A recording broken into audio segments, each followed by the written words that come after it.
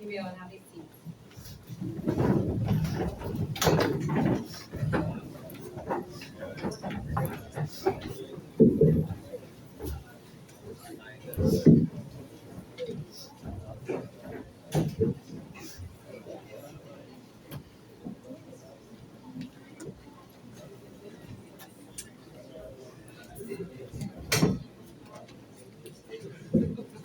So thank you everyone for being here today.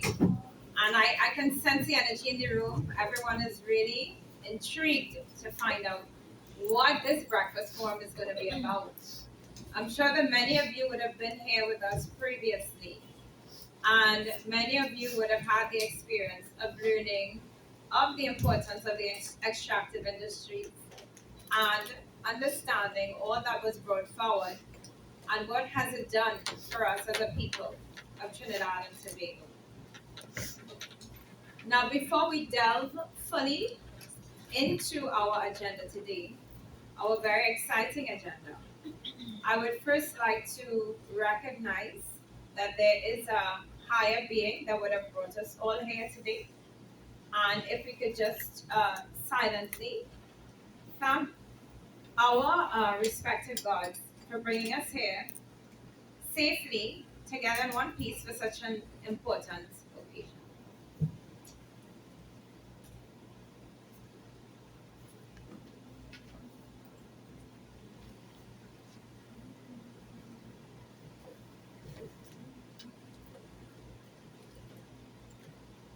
Amen.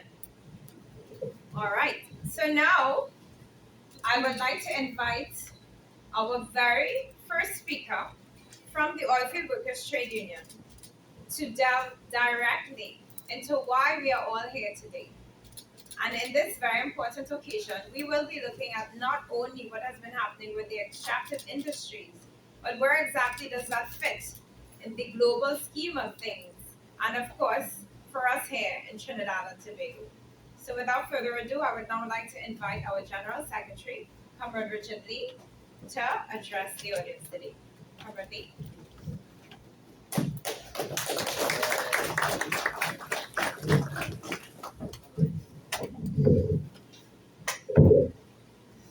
Good morning. Thank you, Comrade Candice.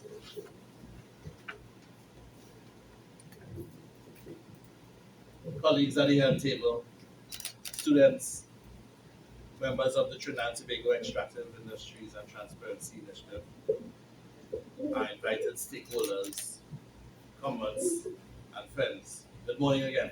Good morning.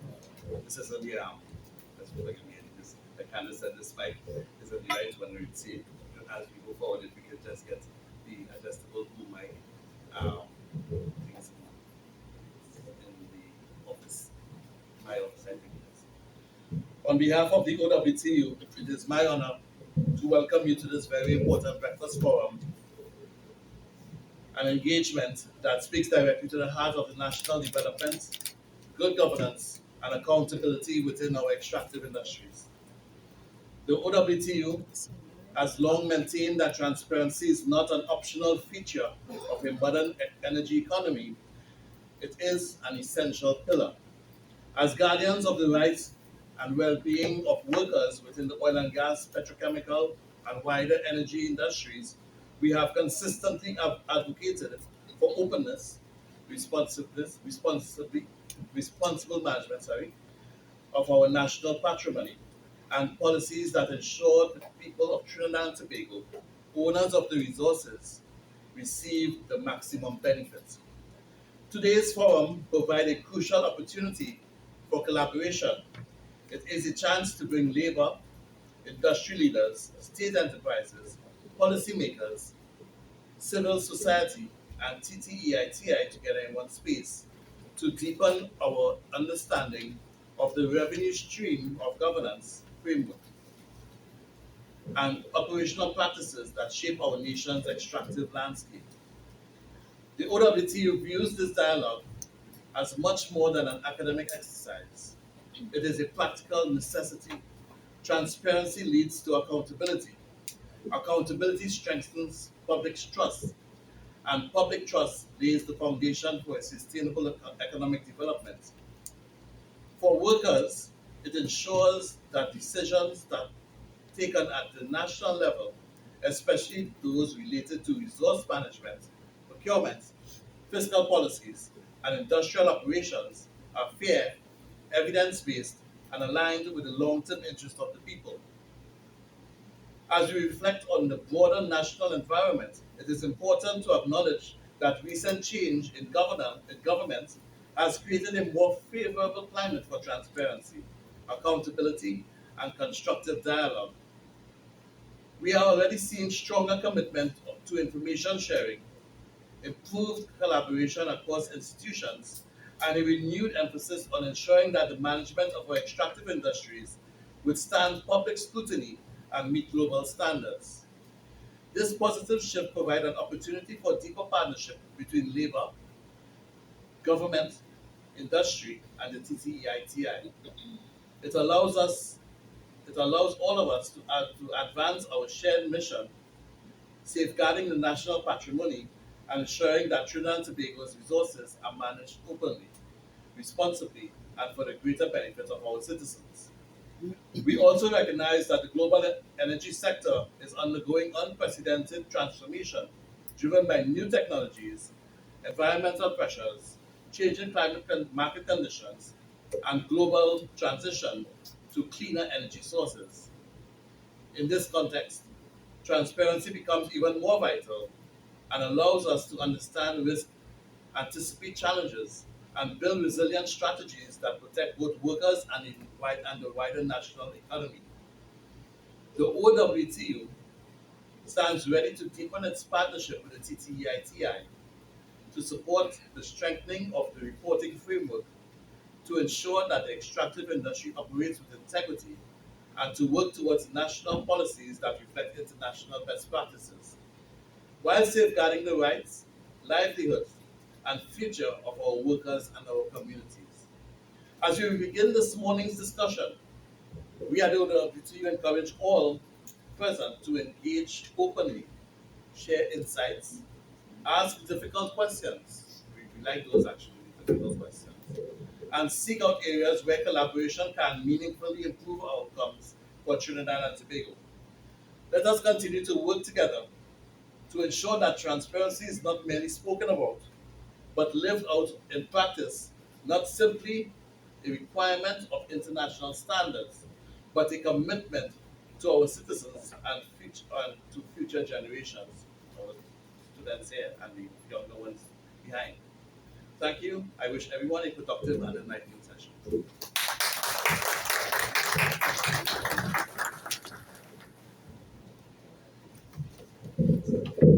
Thank you so very much, Comrade Lee. I think he deserves another round of applause.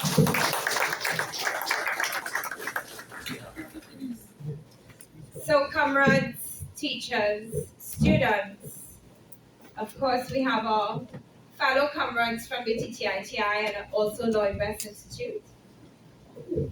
We heard why transparency is important to the Oilfield Workers Trade Union.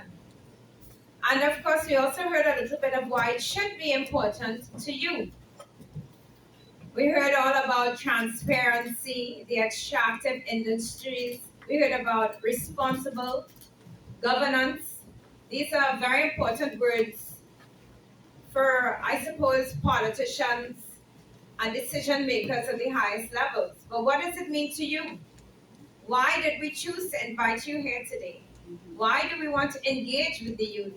Or why do we think you should be involved in this type of activity and understanding why it would be important to you?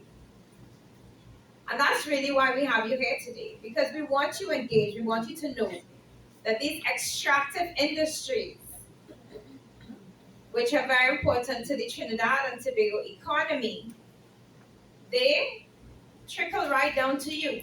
The decisions that are made about these sectors affect you directly. And for this reason, my young comrades, we do want you to be totally engaged. And for that reason, I just want to push you a little bit and switch up the agenda a little bit and ask a question. Who can tell me why the extractive industries should be important to you? Anybody, especially the older comrades in their uniform.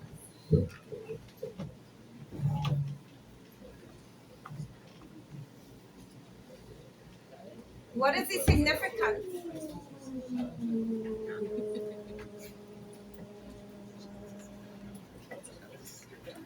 Anybody? I'm walking now, and I like to select people. Huh?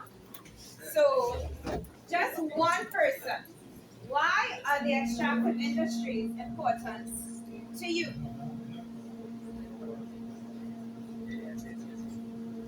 Why is the word governance important? Why should it be important to you? Why do you think your teachers wanted you here today? One person, anybody. I think somebody has the answer. And I'm going to pick on you, and I'm so very sorry. I love your black and white sweater, darling. Hi. Good morning. So tell me, why should it be important to you?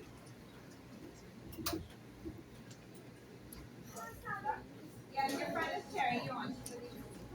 Tell us.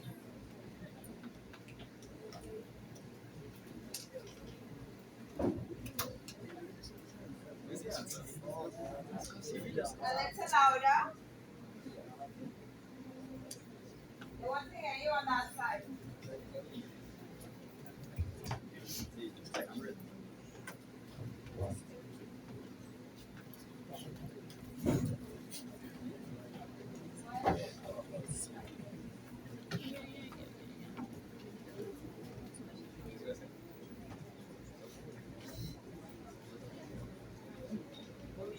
It helps provide us with finances. Very good. Money, right? Everybody needs money in this day and age. Employment. I like these words. Any other word? What about responsible and governance? Y'all look really smart over here. Why are you so silent?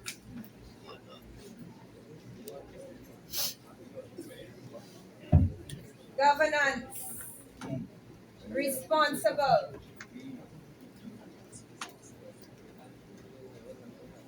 Say it louder. What? Let me hear you.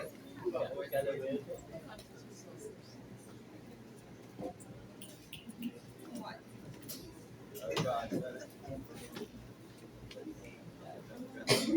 Yeah. Okay. Strong workers' rights. What else? Foreign exchange. Wow. Y'all listen to answer, Roger. What else? Yes. The GDP. What's GDP? What does that mean? Wow. These are bright. Yeah. Economic growth. GDP, economic growth, workers' rights and employment. So when we get the money and all of these things, we spoke about responsible and transparency. What about those words? So after they go and they get all this money, right? Our money, right? What happens then? Why we want words like transparent and responsible? Yeah?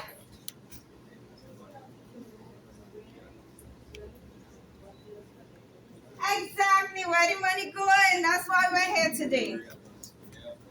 I am glad that you know that we are here to find out where is the money going, right? So I want you to know why you're here. I don't want you to be here because Miss said you have to be here.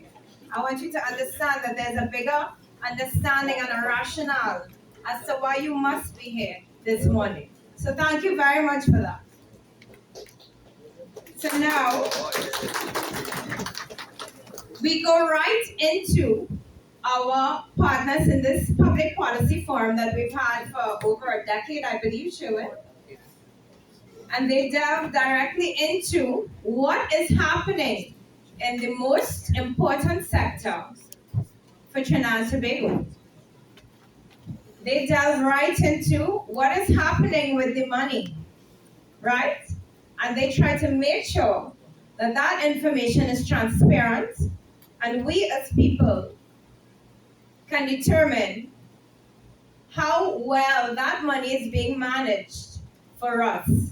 All right? So without further ado, I go directly into the next presentation, which will be done by Mr. Sherwin, head of the TTITI Secretariat, where he will present on the highlights of the TTITI report, and energy disclosures in the age of renewables.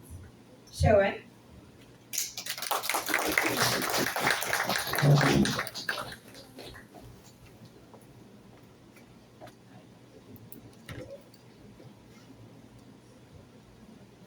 Good morning, everyone. Thank you very much, Candice, for that introduction. I'd like to acknowledge the head table, the students, members of the OW team, other stakeholders. It's always a pleasure to be here at this forum. And I'd like to thank the OW team for hosting us over the years, and helping us spread the word about the EITI and our mission to promote transparency and accountable management of our natural resources. My presentation today is very brief. It will give you some insight into the EITI, uh, which stands for the Extractive Industries Transparency Initiative.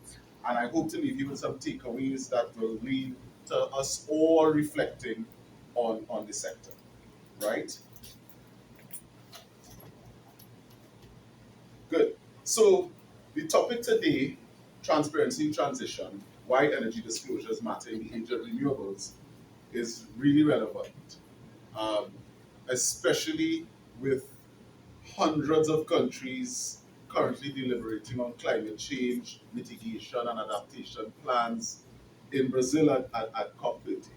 The discussions there acknowledge that we are at a tipping point as we try to limit global heating to 1.5 degrees Celsius above pre-industrial levels, right?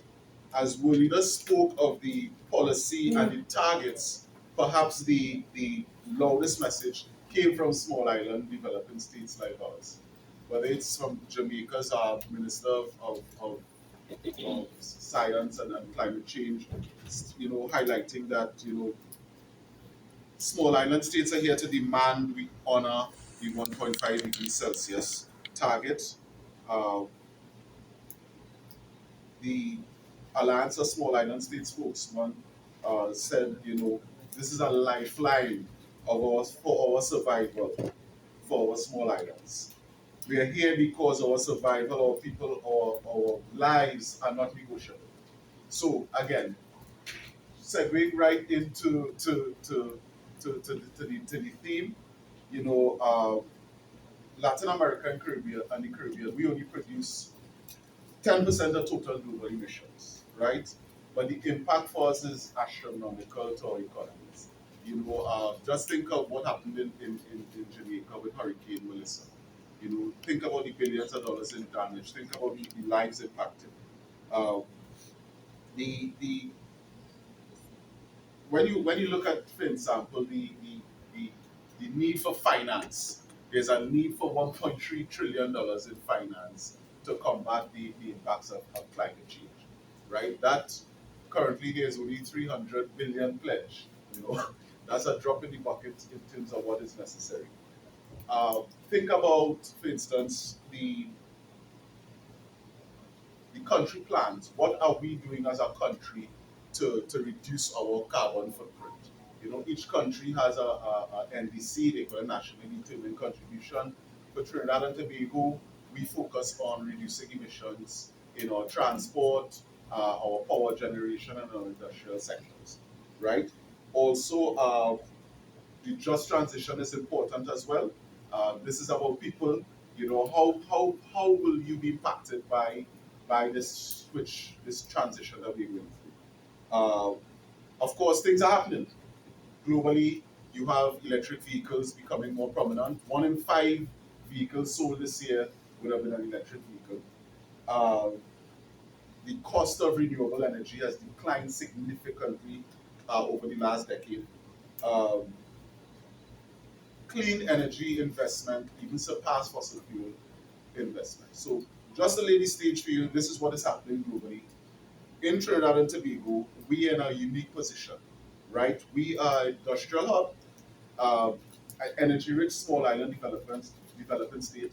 We large LNG trains, methanol and ammonia plants in Point Lisas, oil production as well onshore as well as offshore, gas production. Uh, but we have to think about it as well in terms of, yes, we are an energy-rich country, but we also have a commitment. We will be impacted the most by climate change, whether that if you're living on the coastline, whether or not you're impacted by flooding. So these things, even though we are an energy-rich country, we still have to think about, okay, what are we going to do? What is our responsibility? So you might ask yourself, okay, uh, what's the EITI, which focuses on the extractive, the oil, gas, quarrying sectors, has to do with the energy transition and renewables, right? But addressing this climate change emergency is part and parcel of the strategic priorities of the EITI. But before I go into the strategic priorities, I'll tell you what the EITI is. The EITI is basically a global transparency standard, right? For those in the industry, comrades in the industry, think about it as an ISO for transparency. For students, think about it as CAPE or CXC, giving you the foundation. This is the standard, these are the rules that you must follow to participate in this global transparency initiative, right? So, what are some of the things that we focus on in the EITI? We try to answer three questions. How much do we earn from the energy sector or the quarrying sector? To answer that question, part of our work is a accounting exercise, an audit exercise. We compare what companies say they pay to the government versus what the government says it receives. So let's say BP. BP said they paid the government $10. The Ministry of Energy and the Board of Inland Revenue said we will receive $9. What we do is we identify the $1 difference and then explain the reason for the $1 difference to ensure that there's no missing money, so to speak, right? Uh, Now, so far we've reconciled over $140 billion, and we've only had how we call it as an unidentified difference of 4,000 TT dollars. So again, it independently verifies what we earn from the sector. The other question we answer is, who do you partner with when you're developing your resources? Of course, it's not only state enterprises like NGC or Heritage that helps develop our resources. You have BP and Shell and so on, right? Now, another question that we answer, the question we ask is, okay, who are the owners of these companies? So that's called beneficial ownership disclosure. It basically just highlights the ownership, who has the controlling interest in a company that we are partnering with, and it's publicized as well, so you know who you're dealing with. The last question that we answer is about fair value. How do we know that we're getting fair value for our resources? Do our systems stand up to scrutiny? Do our data management systems or revenue collection systems? Do we audit production well? Those are some of the questions that we answer to say whether or not we get fair value. So that's just to give you a flavor of the EITI. The we also look at the we also look at there are new strategic priorities for the EITI. One of them, of course, is the energy transition, um, and informing the energy transition, right? So some of the benefits of EITI compliance, of course, is civil society, extractive companies, like I gave the example of BP, and government agencies coming together, right? So the EITI standard says that no one of these parties can ride roughshod over the other, right? So they must, it's part of the standard that civil society must have space to voice its opinions. The government must support that type of engagement, and companies disclose. So you have all of these different parties are competing interests. They sit around the table and they come to agreements by consensus. We've had over 180 meetings and we've only had to vote on an issue once. So I guess that is a good sign for the country that competing interests can sit around the table and come to some sort of consensus. The meetings are not always, um, sometimes it's contentious. You have strong personalities in all the different sectors, whether it's in civil society, you have Fishermen and Friends of the Sea, WTU, whether it's in companies, you have BP, Shell, the Chambers of Commerce, whether it's government, you have Ministry of Energy, the Board of Inland Revenue, etc. So again, all decisions are made by consensus, which I think is a good thing for the country. At times, we always shout at each other from across the aisle. The ITI is an initiative where everybody has to come together and sit around the table and come to consensus, right? Similar to what you'll have for your test, we also have a test that we must pass. It's called validation, where they assess how well they implement the initiative. Thankfully, the last validation exercise, we did well. Trinidad and Tobago scored the highest in Latin America and the Caribbean, the fourth highest globally. We also sit on the international board. Our chairman, Gregory Maguire, sits on the international board. He's in a board meeting, that's why he's not here today.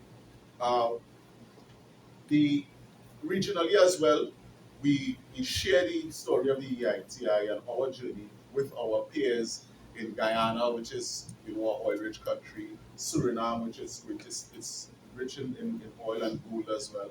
So we always share information with them on the initiative, right? Uh, as it relates to the transition itself, right? Trinidad and Tobago, we've always taken a global lead in terms of disclosure. So through the civil society constituency of the steering committee, there was a push for environmental disclosure even before the EITI standard change. So what did we do?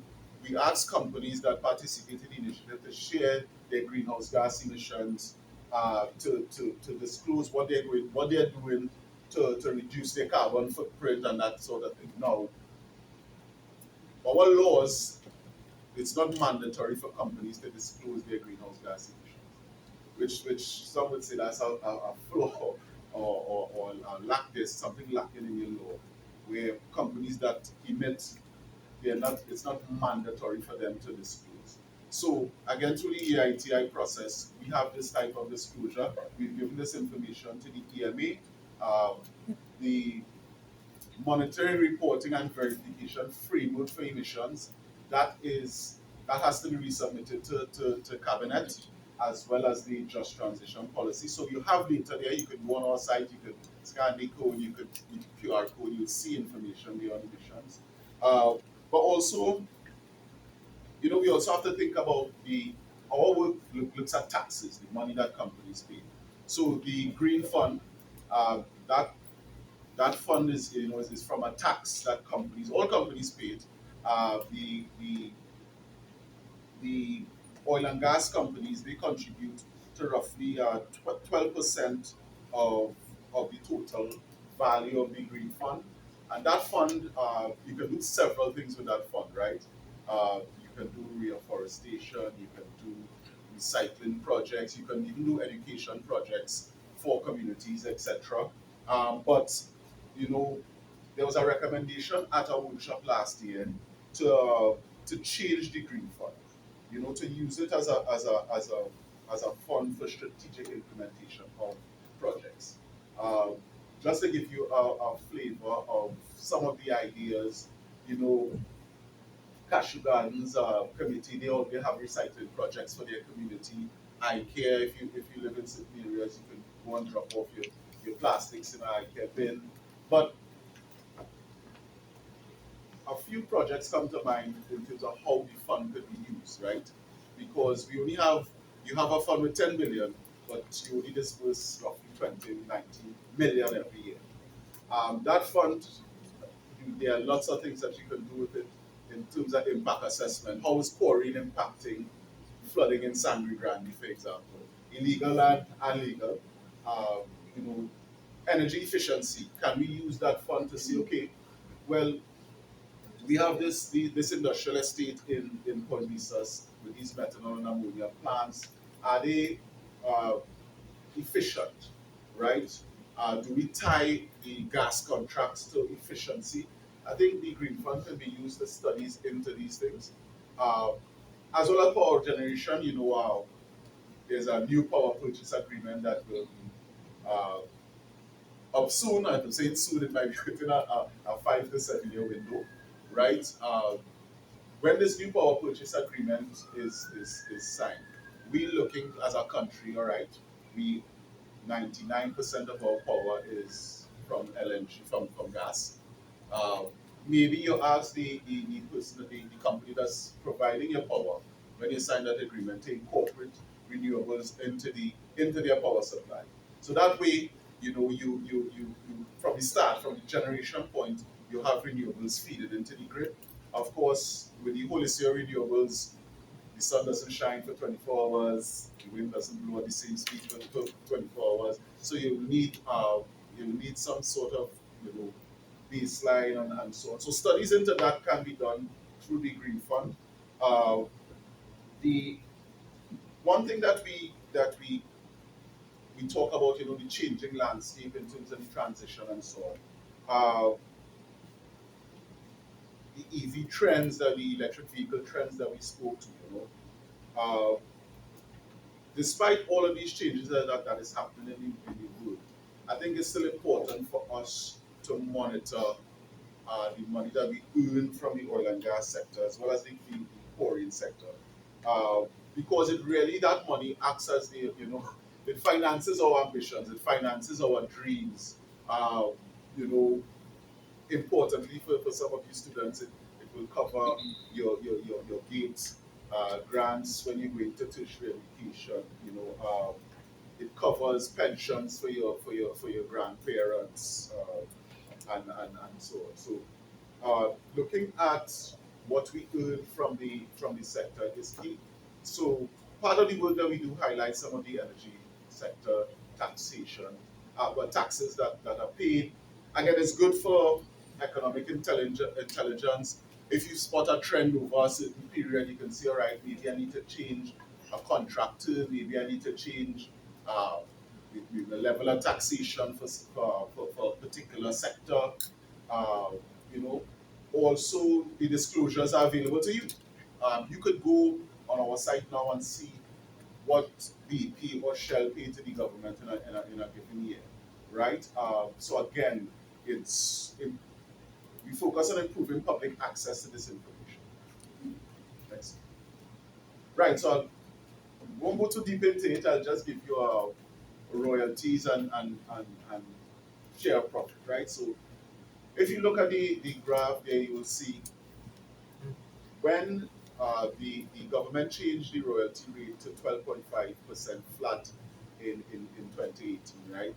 You would see a spike in the royalties that we earn from the oil and gas sector.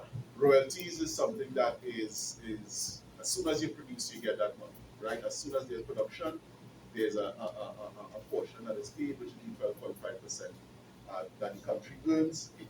You'll see over time, of course, when they have, was the war, well, still the war in Ukraine and Russia. In 2022, you will see a spike there in terms of what we earn. So the data that we put in our reports also gives you a snapshot of what's happening in the world, what is affecting the price. We know production is growing in Trinidad and Tobago, so you're seeing certain trends. Next one. This one here is just we have two sets of legal arrangements that govern the oil and gas sector. The upstream that explore, the companies that explore for produce, it will be a license and a production sharing contract, short PSC for short, right? In these contracts, these production sharing contracts, the government earns a share profit, but the government also has to pay the taxes on behalf of its partners. So, if, for example, I am Sherwin, Candice, and Ozzy are the partners, I'm Sherwin, I'm the operator. I will pay the share profit, but the government will pay taxes to the BIR on behalf of Candice and Ozzy as well. So So you see here, it looks as if, there's always enough share profit to cover the tax obligations. But what we did is we reviewed these contracts and saw that there's an imbalance in some areas. 2019, you will see the green bar is actually below the line, which means that there was not enough share profit to cover uh, the tax liabilities. Next slide. This slide here would focus on too much. We look at some individual contracts and just where you see red and in brackets, that's an imbalance there. And we would have given some recommendations to the government in terms of how you can correct uh, this imbalance.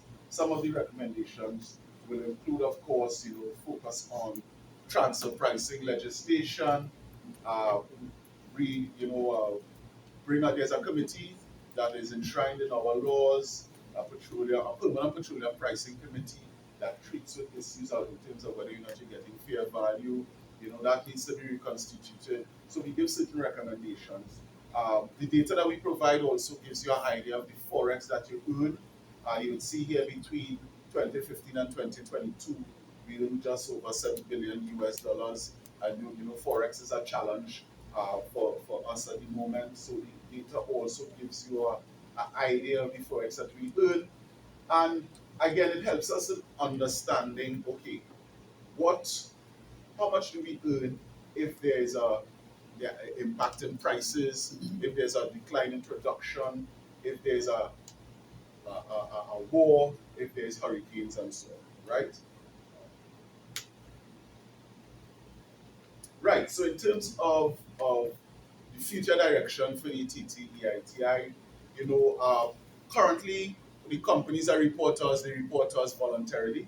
So we want to have legislation that makes it mandatory for all extractive companies that do business with Trinidad and Tobago to report to us.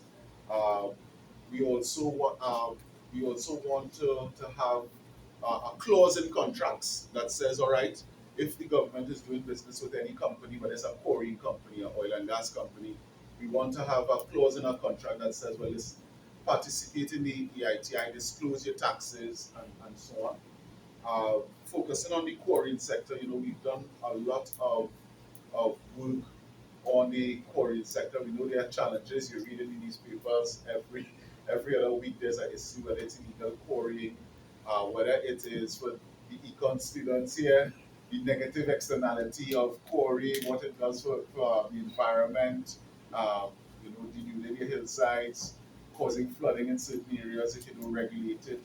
So we've done a lot of work in terms of quarry rehabilitation, uh, you know, taxation, how do you get the best value from your mineral resources and so on. And we have a few studies that are coming up that we'll share with you on the socioeconomic impact of quarrying uh, and quarry rehabilitation as well. Again, of course, you need more high-level support to have the quarries on site. Yeah. So just to leave you with a few takeaways, we can, in Trinidad and Tobago, we can have two philosophies. We can say one day we're going to put the regulatory framework in place. One day we're going to find ways to integrate the workforce that we have into this energy transition. One day we're going to change the green fund rules so that we can actually get more projects off of the ground. Or we can say day one. This is day one. This is day one where we have the monitoring, reporting, and verification framework in place for emissions. We have a just transition policy that comes into being that makes it fair and equitable as we transition from oil and gas into renewables. Uh, we are amending the green fund rules, and we take it from that perspective, where instead of one day, we focus on day one and do what we need to do. Uh, I'll stop there. Thanks for your attention. Please scan the QR code here to access the latest report.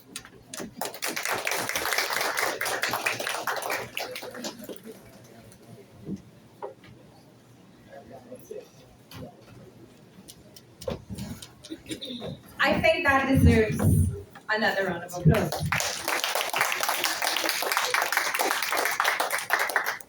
Now, Sherwin would have presented to you this morning a lot of information, yes? And that is only a snippet of what is readily available on the Tteiti website regarding all of the highlights coming out of the extractive industries, okay? So I encourage you all, when you're bored and social media isn't too exciting, or you can check our social media, to look at the reports, look at the highlights of the reports on www.tteiti.com, okay? So I encourage you to do that. There are many different reports, and of course, we are focusing on the more recent agenda at this time. So Sherwin would have spoken about a number of things. I would have mentioned that we're looking at the money. Where is the money going, right? And we are receiving money for our natural resources. These are natural resources that are readily available for all of the citizens of Trinidad and Tobago. He also described Trinidad and Tobago as industrial, right? He also spoke about this COP event that is happening. I don't know how many of you know what COP is. There's COP 30 right now happening in Belém, Brazil. Anybody knows what? Ah, yes, my friend in the beautiful sweater. I swear you raised your hand. Like I did not pick on you this time. But I do love your sweater. Blame your sweater, right? So anybody knows what COP is? COP 30. Now, I know there are some environmentalists in the crowd, and I'm really trying not to pick on them, but COP30 is the UN's conference on climate change that is happening right now as we speak. And Sherwin would have spoken about climate change and emissions, but we need to understand what all these things mean for us. Another very important thing that he said is that we emit, yes we do, but in comparison to what is happening, we do not emit as much as other countries. However, as small island developing states, they like to call us that, they call us SIDS, right? We're these tiny little islands in the whole globe, and yet we are penalized so heavily by this thing called climate change. Now, Sherwin is a technocrat. He came up here and he used a lot of beautiful words.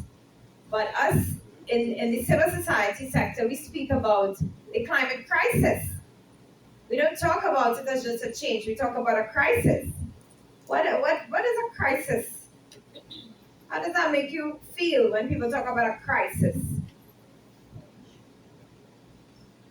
I'm really nice. You don't have to be so silent. I don't bite. I'm really far.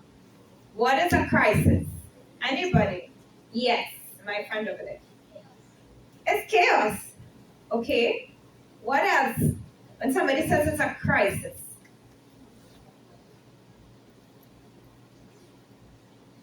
Yes. Sorry? Conflict. And I really like that word, and I'll tell you why. Because right now in COP, they're not talking about the climate change and the emissions. They're talking about climate negotiations. Because what is happening in Berlin is a confrontation of different interests. And Sherwin spoke about the challenges we have when we have different interests. We all smile at the table and then we shout across the hall. But there are many things that are happening right now in this world because of these global emissions. What are these emissions and why are they important? Anybody? See, my friend in the sweater is right in front of me. I cannot see you. Somebody, I haven't heard from the school in the back, have I?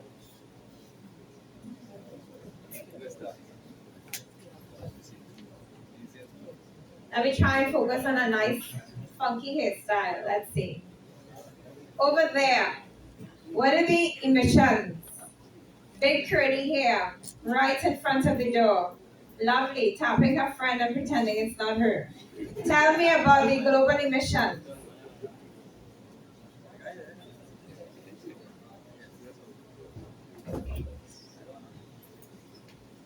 Right, these things are important. And maybe you're nervous today to answer in front of everybody. Maybe you're afraid to get it wrong. I know in Trinidad we have that. But the reality is, all of these answers and why it is important is readily available in the TTITR report. All right? And the bottom line is that when all of these things go out into the atmosphere, they change our environment. So you living your life normal, and then all of a sudden, it's hot. It's so hot you can't breathe. Yes. Greenhouse gases and global warming. Exactly, global warming. It's real hot these days. Everybody knows that here. And we, us as the islands, we are the most affected. And the industrial economies, right? Yes, we are one. But we have to look at how much they're putting out and what's happening to us in our little islands. And so we're delving into the facts. What did we do? What can we do? And how are the decision makers making their decisions? And how is it affecting us? So now there's this whole shift towards a greener economy. And we're talking about renewable energy. So of course, we are very much about oil and gas here. We're industrial. We depend on it for our money. So we need to think about how is that impacting us? Yes, this is the reality today in the global sphere of things. But when you bring it home, are we really in that space where we have shifted entirely to all that is green? What is the actual shift that is happening? And Sherwin used a very interesting word. He said just transition. All in the Oilfield Workers Trade Union. So I know you're all going to hear a little bit more about that in a couple seconds, right? So now I want to bring a very, very esteemed woman here to present to you on our national economy and the shift that would have happened over the years. Now, she has been studying our economy for a number of years, and she has presented in many, many civil society forums. And everything she brings is always with great flavor and local content, and I love that. So I just want to invite here to the forum to present on why energy disclosures still matter in this age of renewables. And I'm going to invite Comrade Sunity Maharaj to present to us on why this is important as we have transparency in transition. Thank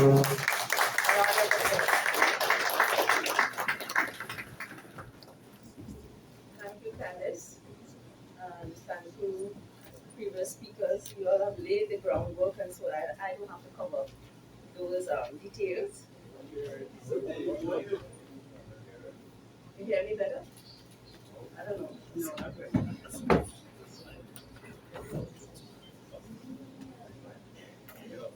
Yeah, is this better? Yes. Yeah. Okay, thank you. So, yeah. Almost every morning I wake up. I have the luxury of waking up mostly at any time I wake up. Like not this morning. I think I overslept. I go to bed whatever time, it's usually 3, 4 o'clock in the morning, and I wake up when I wake up. But when I do and I open my window, I always smile and I say, how lucky am I to have been born in this place? I see the green and I think about, I don't know who's shoveling snow this morning. I'm so thankful for the warm sun on my face. I'm thankful for the green, the varieties of greens and leaves I see around me. And I think to myself, this country is worth fighting for. And I wonder how many of you have that relationship with this place. Because that is not the norm. We are colonized people, and despite independence, the colonization of our imagination endures. And for many young people growing up, They are just like the young people growing up in my time and previous people's time. As soon as you're doing well in school, people ask you, so where you plan to go? No? As soon as you're doing well, the idea is just you must escape this place and go somewhere else. And that's the brain drain. And we are programmed not to stop and look at what we have, what is ours, but we are programmed to go, just go. And so when Sheldon referred to patrimony is all the things that you own, that is yours. And I suppose we might say that's a patriarchal term, but if you say matrimony as the opposite, that means something else, that is marriage. And I don't think patrimony has to do with marriage at all. It's what you own. Now you will understand if you're following news that this is not the world is quite hostile to people coming from other places into their country. Migrants are not as welcome in America, in Europe, in many of the places that we always think, we assume we're going to go there. And if that is so, then it is our business to make where we live the preferred place to be. And we have to do that, all the resources that we command, and the most important resource is human imagination, is to see this place as it is in all its beauty, all its potential, to be part of actualizing that potential so that this is the best place in the world. And I'm talking about the Caribbean, not just Trinidad and Tobago. I don't know how many of you know the Caribbean, but I long ago gave up wanting to go to Italy and Greece and all these places because I put myself on a mission. I have been traveling in the Caribbean and I'm fascinated. Every island is a glory unto itself. And you meet people and you say, oh, I know that person is from, and then they open their mouth and it's a different language, and you realize they look just like you, but it's not you. It's family. I call them the Caribbean family. And if I would like to fulfill one thing in this life, it is to actually go to every Caribbean country. But I've gone to a good many of them. I'm so fascinated, I don't have time. Anything else I could watch it on YouTube. And so we are at a time in human civilization of major transition. It is not simply the climate crisis that is more than at a tipping point because we are already assured of overshooting that 1.5% centigrade that the scientists have told us that we need to keep the planet at that level if we are to avoid the catastrophe of global warming to an excess. And I will tell you that global warming is not something nice. There have been places in this world where planes are sitting on the tarmac and by the time they're ready to come to fly, the tire has melted. We are going to have to, our entire way of living has assumed a tolerable level of heat. And we're in the tropics. When that climate, when that figure, when the world has warmed to a certain point, there are crops that will not survive it.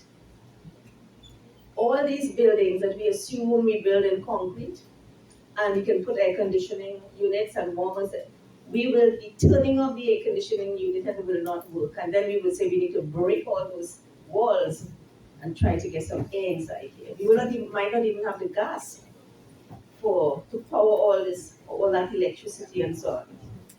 You will probably have to stop wearing socks and shoes to school, thank God, because all of this, in fact, the uniforms, I wish we could challenge our fashion designers to change the uniform system, this British tie and socks and shoes, to respond to the warming climate, cool clothes, a little shift for a dress to go to school, and your toes and so on. If you understand, I make that point because we need to be ahead of the curve in our thought. We're never ahead of the curve. We're always, things are happening, the problems develop, and then we're trying to figure out how to deal with these problems and how to put regulation. But I will tell you that when the problems develop, it is because all the special interest groups, including governments, are so benefiting from that system, you will never be able to change it. You're lucky. The reason, for example, that the carbon disclosures, carbon emission disclosures, GHG as they call it, is voluntary is because they refuse for it to be mandatory. And for you to get them to subscribe to it, you have to say, okay, it's voluntary. Now, I wish you luck when you go to Parliament and try to get it mandatory, because all the special interests pass through the MPs in Parliament. Look how long, since 2011, we've been trying to get these plastic, single-use plastic bottles, the beverage container bill. Never happened. Why? Because big business is saying they are not going to take the responsibility for solving this problem that is clogging up the place, destroying the environment. If they ever, and they're not going to pay any tax. If they ever had to do anything, it would be the consumers have to pay. Right? And so they fool people, give somebody a little CSO, a little bit of money, and they will say they're recycling bottles. But you see that addressing the problem? No, it's just PR. So I come back to the question, to the issue of, and I'm going to deviate very far from the topic. I come back to the issue of, do you feel a sense of belonging and ownership of this place? Because unless you do, unless you say this place is mine, all kinds of things are going to happen. You will not pay attention. You will not know when the ground is cut off from under your feet. You will just live with the problems because you will not be an empowered human being who could hold anybody to account. And then it will not matter how many transparency strategies we have. You wouldn't pay attention. You wouldn't read the report. You wouldn't use the information to hold power to account. The only time you're going to do that is when you feel personally invested and affronted that people are destroying your country. And I can tell you, when these things happen, you will wake up one day, how would you feel when you don't see the northern range? Because the northern range has been quarried and quarried and quarried. It happened to San Fernando Hill, right? Would you feel hurt when you know that your grandchildren will never know what you knew? When the rivers have been blocked and filled up to put some housing and they don't plant any trees and the place becomes infertile. Would you think, when I was a little, tell your grandchildren, as a little, not your grandchildren, children, because it's not going to take long. When I was a little boy, we used to fish here, we used to run there, so. I'm sorry you can't see that because this is what Trinidad was like. So until the imagination is emancipated, as Molly says, and Garvey actually was the person who originally said it, right? Emancipate yourself from mental slavery. Until you do that, until you become empowered human beings that recognize all of these things are mine, and how it's managed, and who benefits from it, I hold everyone responsible, and I want to know I am not going to sleep while I gave you the job. We had a recent experience, for example, of the government, showcasing all these fantastic buildings they want to put up here and there and everywhere. Did anybody consult you about the use of that land?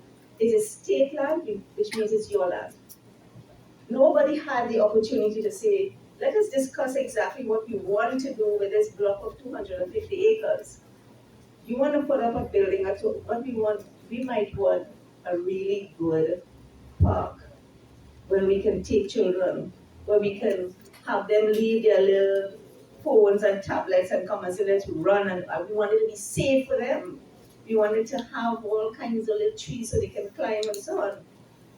So the issue of demanding that you have a right to have the say over the resources that you own is pivotal, because if you do not feel you own the place, somebody is going to come and pretend that they own it, and they will just tell you what they're doing with it. And then they will collect money, spend it, you will have a clue, because all you're thinking about is, am I getting a tax break or am I not getting a tax break? An individual looking after their interest alone, and who doesn't align their interest to the national interest, is guaranteed to be part of the destruction of the society. Because it is, you are taking what you get at the expense of others. And that is what we see. Big business does that, small business. People think it's funny to avoid paying taxes. But one good road and hospitals that work and schools and so on.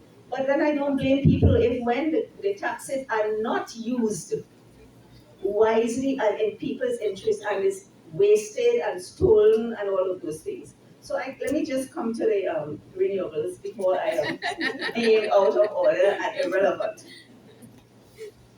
I think the EITI, I will bend the definition of extractive to include everything that is that belongs to people. All the things that belongs to all of us, people are extracting. Now I understand why it was the energy and fossil fuels, energy, oil and gas and mining, because those were obvious and there was so much exploitation and theft really of the multinational corporations that would come into countries like these, extract about your oil and gas, which is the most wealthy thing that you have, materially wealthy thing, and cream it off with all the value added along the chain, and you get a little royalty and a little tax. And it belongs to you, but the people who are profiting are the multinational corporations. And that is our history in the Caribbean, because before it was oil and gas, that is what we were created when Europeans came, took the land, planted sugar, had the entire Caribbean planting sugar, enslaved people, put them here, paid them no wages, and they built the Industrial Revolution. And today they say they're the most developed and technologically advanced, but they built it out of the profits that it got from us while we remained in poverty. And so even after emancipation, we know it took 100 years, because there was no restitution, there was no reparation. In fact, people who got money when enslavement ended were the people who had enslaved people. They got reparations, not the people who weren't paid to labor for centuries, had no wages. I mean, how upside down is this world? So extractive, now it is a no-brainer that once the energy mix has expanded to include renewable energies, that the structure for accountability and for transparency has to change to accommodate that. But in renewables, you might say, for example, well, the sun is always going to shine. So it's not like oil and gas, which is wasting, because the more you extract it, the less you have. It's not automatically renewing itself. Well, we have the sun is always going to be there. We have wind is always going to be there. But not everybody has sunshine as we have, and not everybody has wind. And therefore, there is a competitive advantage to those things that says you might be preferred. People might want to come here and set up things. And therefore, what we have been learning, we learn after the fact, is that just the financial and material elements, they're not enough to quantify what is the true cost. And so there's something called environmental, social, and governance components that when we're going to talk about ESG, right?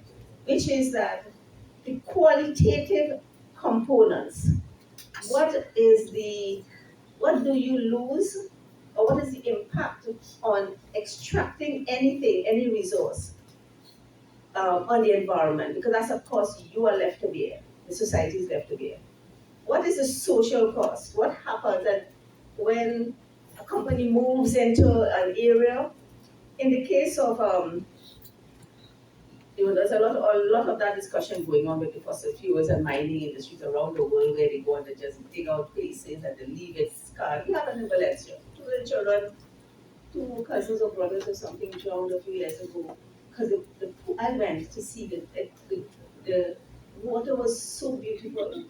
It was blue. I don't know how you get blue water on land in a quarry, but you would want to go into that water. Just went. He did not know the depth, and it drowned. Right?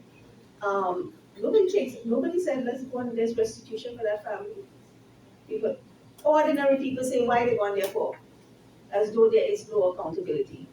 And governance, of course, there's the whole governance framework from mostly the government, the framework on regulatory and management framework. So those are the elements now that when people talk about, okay, we are going to put up solar farms as we have in Breton Castle, um, let's go into wind. There's a pilot project, I think, is it off the West Coast? I think it's off the West Coast, more like Orange Field side. That these are pilot projects. Well, the Windless pilot is I think it's an EU funded project. But these, when you put up a solar farm, all this thing, first of all, it requires a lot of land. And we're a small island, and you have given up land that could be in agriculture or housing or whatever, all of which are very important for us, and you're putting solar panels, and therefore the assumption that, oh, this is a good thing, let's do that, ought to come into play as you weigh the opportunity, costs, and benefits.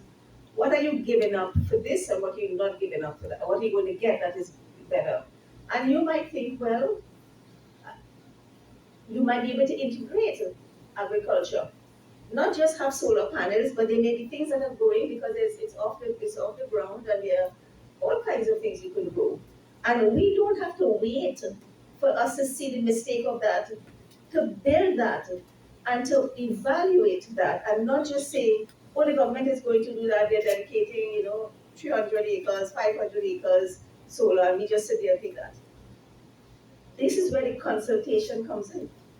Not only that, what is the impact on that on settled communities?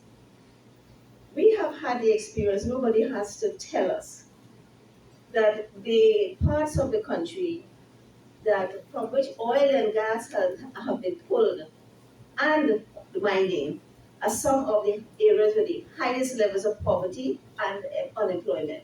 Labre, for example, with the Kitch Lake, and has an industrial estate and so on, highest level of employment. Mayaro, right? So it is not simply extraction is coming, it is those areas are being extracted of their wealth and is going abroad through the multinational corporation, but it's moving from rural to urban.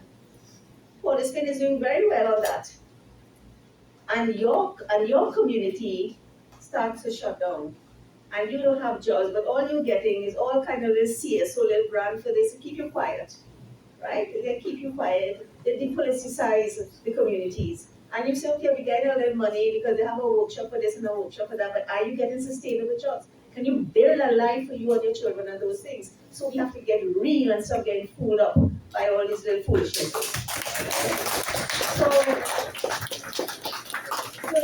So the renewables, the transition, and this is where the just transition comes in. We have to have a framework that builds into it from the very foundation justice, an understanding of social impact, an understanding of the environment. The environment is something we have to live with. There's some resources that will be extracted in the process of everything, whether it's fossil fuels or renewables, that are becoming more and more scarce and therefore more valuable. And one of them is water. We need to factor into the calculations the use of water for certain things, for everything, in fact. All over South America and the Caribbean is still in a smaller way, but just only because we're smaller, but per capita is just as bad. There is a mad rush for extracting minerals, what they call transition minerals, right? Because the new, um, the global shift to AI is demanding so much energy, water, and the shift to EV and to all these batteries that are going to power data centers, massive data centers, requires lithium and other kinds of minerals. And when we talk about solar panels here, or anywhere for that matter, it is renewable energy, but at the same time, it is you're carving out lithium from wherever it is available in order for the batteries. Because solar batteries is what the storage of solar power that allows you, doesn't matter if it rains or whatever, nighttime you have stored batteries, stored energy in your batteries. EVs, lithium. So there is a mad rush, and a lot of what is going on now with the Americans coming into the area, it is because the Chinese tied up a lot of those countries into contracts for mining their lithium, mining their rare earth materials, water. Google, for example, had a big issue in Ecuador, I think, where data centers, they're putting up a data center. So when you hear one of these days somebody comes and says, we're setting up a foreign investment has come and setting up a data thing, and somebody goes to cut a river, you don't be cheering like that. You ask the question, how much water is going to be used or what is the electricity demand on that? Because those are scarce and they are, your water supply could be diverted, your rivers and so on could be diverted for that purpose. And in Ecuador, a community actually went to court and won and stopped Google, and they had to renegotiate in such a way that the community's water supply was protected. But that was an empowered community. That wasn't a community saying, can I get a job there by earlier? And is it and you're happy? No, because water is life. So I might have gone over my time limit. No? Not yet. um, what I want to say is we are not in a good place financially. And that's nothing to be terrified about. Somebody, Candice was asking for definition of crisis. But always say that the Chinese word for crisis is the same word for opportunity. Because a crisis is an opportunity for invention, innovation. Like I always say, in a desert, the person who can supply water is a billionaire. So wherever you don't look at a problem and say, oh God, this guy falling down. There's a problem here. Where is the opportunity? And all of you young people, the world is about to change on all you so fast. You need to think again hard, start to read.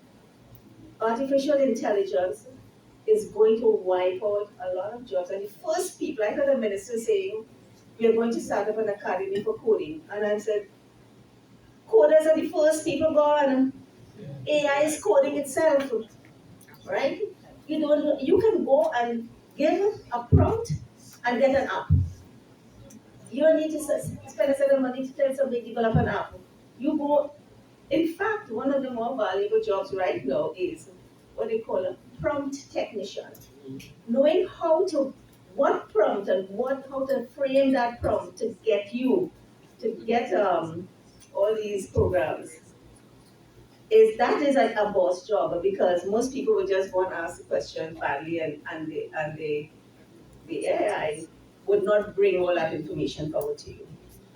So career guidance at this stage, people are talking about some of the tech people, the real industry people, they're telling you by 2 years' time that you're going to move to agentic AI. That is the one where you don't have to do anything. It has AI is, they say it's like walking around in your pocket in your phone with Albert Einstein and Leonardo da Vinci, brighter than all of us combined. So get adjusted. But the point is, and so there's a lot of discussion of how jobs will be wiped out and humans could be wiped out because they can take there's all these stories of what AI is, how it is protecting itself from being destroyed by destroying people. But that's not the point. The challenge for you is not to let AI use you, but you to use AI. Yes. Think of the thing you want to build, what you want to do, and say, and learn how to use it to make your costs lower. One person can start a whole business because it can give you a business plan and it can give you, you don't sit down and be dumb in front of it and say, okay, like some people would send me things from, oh, by the way, somebody put in my name on one of those programs and came back with that I actually died a few years ago, right? Yeah. And but the issue was the prompt because he put in Sunity Maharaj Trinidad and somebody else put in Sunity Maharaj Trinidad journalist, and that came up with a different. The point I'm making is about how the prompt, knowing the prompt, right? So I died, and my name before marriage was something else, and so on. But everything else was there because now when you are told that Form 1 students are going to get a laptop with AI in it, what does that mean? What does it mean that you get an AI in your laptop? Is it what ChatGPT? And do you trust to put that in your children's hand, knowing that I died already? Right? You have to get it, no matter what it is, you have to get involved. Your parents, your sisters, brothers, you have to demand what is that? What are the guardrails? Because we've been through the internet age and we saw what happened to children, right? The internet, tech people, the tech geniuses of the world, are so compelling in what they offer us as a possibility for the future.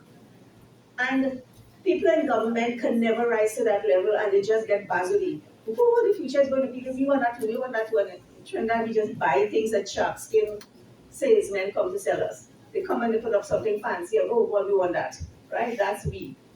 But, and because of that, because they talk such high language, we have convinced in the US, they've definitely convinced Trump that there is real money in that direction. Don't put any regulations on us. Europe is trying to regulate their industry, but all it is doing, as far as the Americans and the Chinese are concerned, is that they're slowing down themselves. So they're not even any competitions between China and the US. And whoever gets there first, whoever gets the super intelligence first, that's the one that don't need people. And that is the one they say when AI is going to be working 24/7, it doesn't get sick, it doesn't get pregnant, whatever. So productivity is going to be so high, prices are going to drop. And it is happening. The cost of a robot in the US is so much higher than in China. China is the world's leader in robotic and robots. And the price is just coming down, down, down, right? Um, in that world, understand you don't really have the time to just assume you have a future and the job is sitting down there waiting, you will get hired. I guarantee you that if we were tracking the data, we will discover that a lot of women, there's been a drop in um, the number of women in the workplace since COVID and probably hasn't gone back up. And a lot of young people are graduating from university and they're not getting jobs. And I'm not so the job problem is not just at the lower end of it. Look after yourself, become aware, become empowered. Hold power to accountability. Do not sit down at home and think that somebody is making the decisions in your interest. Recognize that even if you cannot find a place you'd like to migrate to, that this Caribbean is the preferred destination for everybody who want to come here because you have been part of making it so healthy, so happy, so prosperous, so peaceful. That's why we have to protect it as a zone of peace. It's not because there's some criminals running up criminals run all the way. And we in the Caribbean know that that water around us is full of skeletons and blood and all the things that went on in the colonial age when every European power was fighting pirates, killing off each other, people jumping overboard, people saying they throw them in the sea because they can't bother to sell them, and so on. We have never had that talking about it was never peaceful, but the aspiration is to make it a zone of peace and say no military action here. And that was our choice, but we were sleeping. We didn't know we didn't know and we didn't seem to care to know. So ultimately, I'm not one to blame politicians. I really think the responsibility is always when we feel it. And I want to tell you as young people, the world is not as easy, but it will be if you are awake every single day and you're paying attention and you're not wasting your time. That is what is going to make the difference for you in success in this life. Thank you.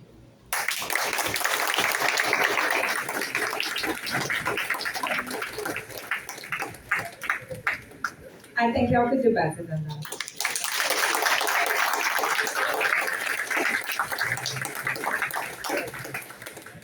So of course we didn't just get information on energy disclosures and renewables, we also got some words of wisdom as to how you lead your lives. We got words of empowerment, we got encouragement, we even got pushed to use our imaginations, right? Now, they say the young people are the masters of that, right? Some people call me young, but I'm a little older young one. So, I think it's really important that we really take those words carefully and understand the true message that would have come from such wisdom.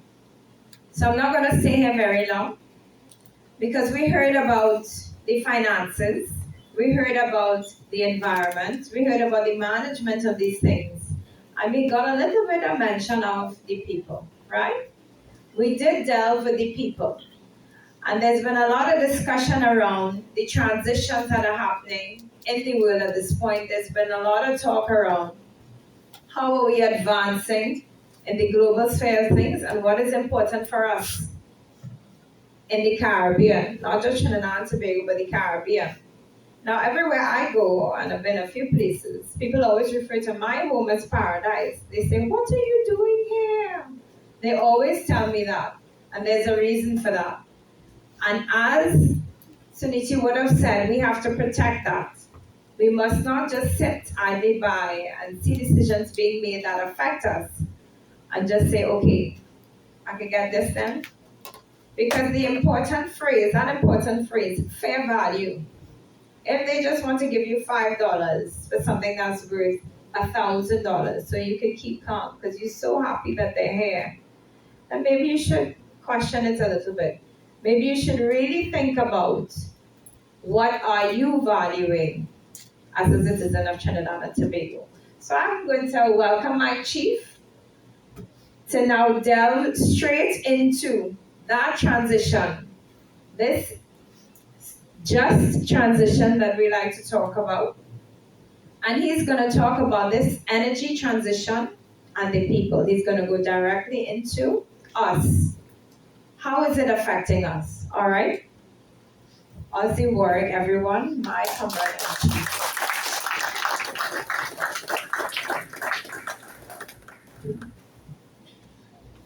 Thank you very much, Comrade Candice, Education and Research Officer. And it's always a great pleasure for me to share a panel with Sherwin from the Tteiti and a real good friend and comrade of the labor movement. That is comrade, and she has been bestowed that title some years ago because of her commitment to ordinary working people. And that is none other than Comrade Sunity Maharaj. I'm really happy that we can have this forum once again in a physical space. It has been long, since 2020, COVID. You all remember COVID? Yeah. Oh, sometimes I think we forget it had a COVID, you know, when the whole place shut down. But since COVID, we haven't had a physical forum like this, and I'm really happy that we can go back to the days of a physical forum, because notwithstanding, the virtual space allows you to save cost. There is nothing like the energy, there is nothing like the feeling and the interaction of our physical presence. So I'm really happy that we are back here. I want to do things a little different as I talk about energy transition and the people. I want to start by recognizing the people. You see, the people that sometimes sound like a little abstract. Who is the people? Where are they from? Where do they exist? I want to start by recognizing some of the people who are here. I really want to recognize my comrades from other trade unions. We are from Tteiti and NA. Let's give them a round of applause. Trinidad and Tobago Nursing Association. So nurses, that's the people. My comrades from the Trinidad and Tobago Postal Workers Union. Let's give them a round of applause. Postal workers, they are the people. We have a comrade from the Allied Communication and Aviation Workers Union, flight attendants, they are the people. We have a comrade from the Prison Officers Association here. Prison officers, they are the people. We have a comrade I saw him earlier from the Steelworkers Union. I'm not sure if he's still here, but Steelworkers, they are the people. And I want to recognize the comrades from the blue shirts. That is from the Oilfield Workers Trade Union. Comrades who have worked in the energy sector. They are the people. And I particularly want to recognize the retirees. Here why? Because you see, much of the things that we have and enjoy is because those comrades fought for this country. So let us recognize the retirees. Don't stand up, man. We must recognize our elders because they are the people.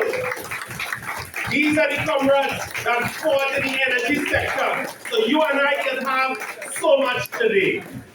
Thank you, comrades. Yeah, we have some fireys too, ex-president comrades, who through their work ensured that we had the foreign exchange in order for us to enjoy the goods that we have today. Yes. That's the people. I want to recognize my comrade Assistant General Secretary of the Joint Trade Union Movement, Comrade Trevor Johnston, also representing Secretariat. Now, well, I have to, of course, recognize my Tteiti peeps from the Secretariat. They are people. They are the people. But here's what. I really want to pay special recognition to who have been identified as critical in defining and shaping the future of the Trinidad and Tobago society. I want to start by recognizing the Open Bible High School for being here today. But I also want to recognize Miss Samaru. Where's Miss Samaru? The teacher. Because the teachers decided when they saw the invitation, they could have decided that there's another forum. Children have better things to do. But the teachers recognize that no, this is important for my students because I believe that in that forum, something will happen and these students will become future leaders. I want to recognize Parvati Girls Hindu College. Let us recognize that school. Where is Miss Krista Ramratan? Miss Ramratan, you can put up your hand recognizing the teachers. I want to also recognize Marabella North Secondary and their teacher. Where is Miss Kudama? Miss Kudama, yeah. And I want to finally recognize a teacher at a school that decided, listen, where is this forum happening? Paramount Building, OWTU. Where is that? San Fernando. Oh Lord, Father, I quite don't so yes. But somehow, the teacher and the parents, because remember, every student that here needed to get their parents' consent. That's correct? Or somehow they sneak it. Someone to speak out. But somehow the teacher and the students and the parents of this school felt that it was worth traveling to San Fernando from Arima to be part of this forum. Let us recognize Arima North and where Mr. Thompson? Mr. Thompson, and where is Miss Russell? There you go. Why did I take the time to do that? Because that is the people. The people is not an abstraction. The people is your teachers, your parents. The teachers are you. The people are you. Now, I'm now getting into my talk. This topic that I have, energy and the people, is about that I can depend on my good comrade, Denise Patterson. She's waving her hand frantically in the back. You know why? She said, but wait now, what about the staff of OWT? We know people too. Let us recognize the staff of the Oilfields Workers Trade Union. Thank you, Comrade Patterson, who, by the way, her father was a stalwart of the Oilfields Workers Trade Union, who gave a lot in the fight for workers in this country.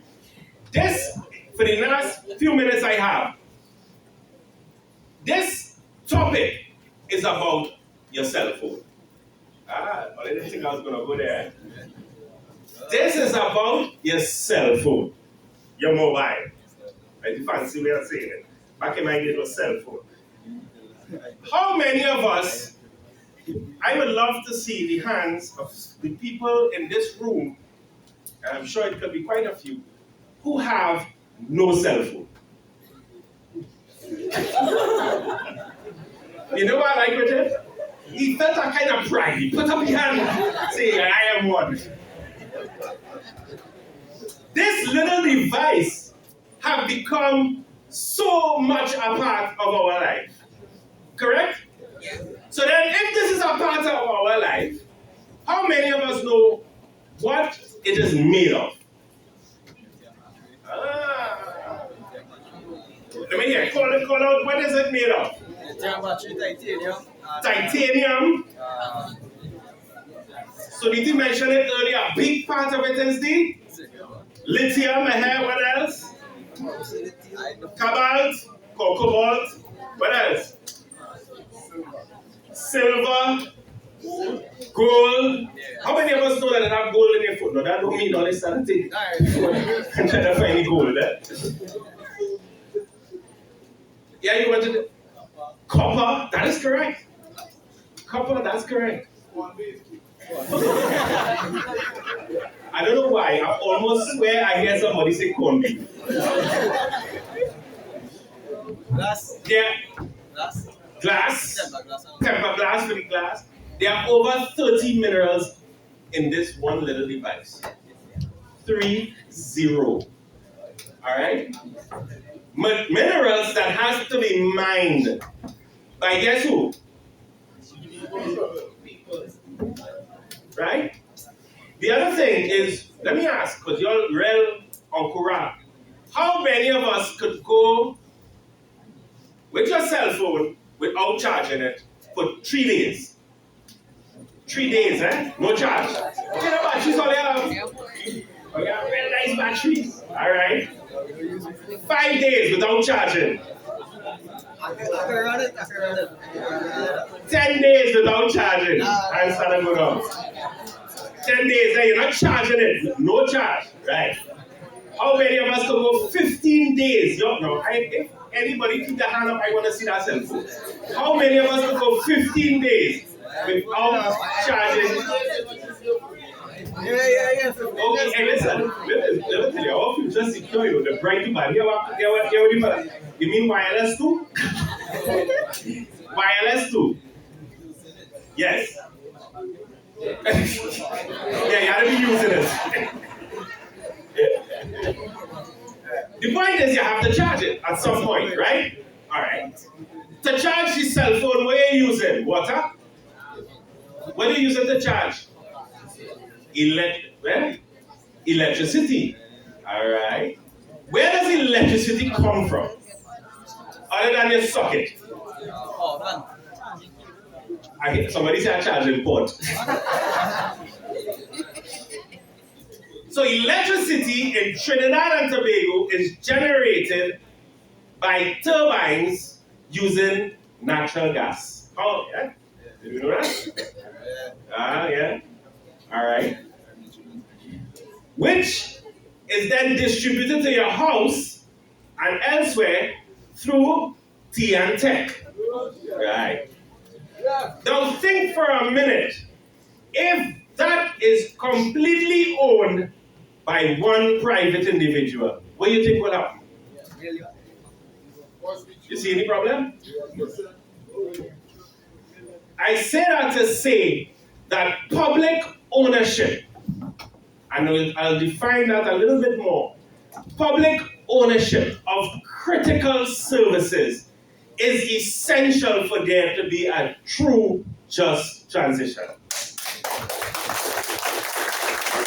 Now, can you imagine, and Sunity was sharing that, imagine if we transition from the natural gas turbines, we say we go on green, all right? Go on solar, all right?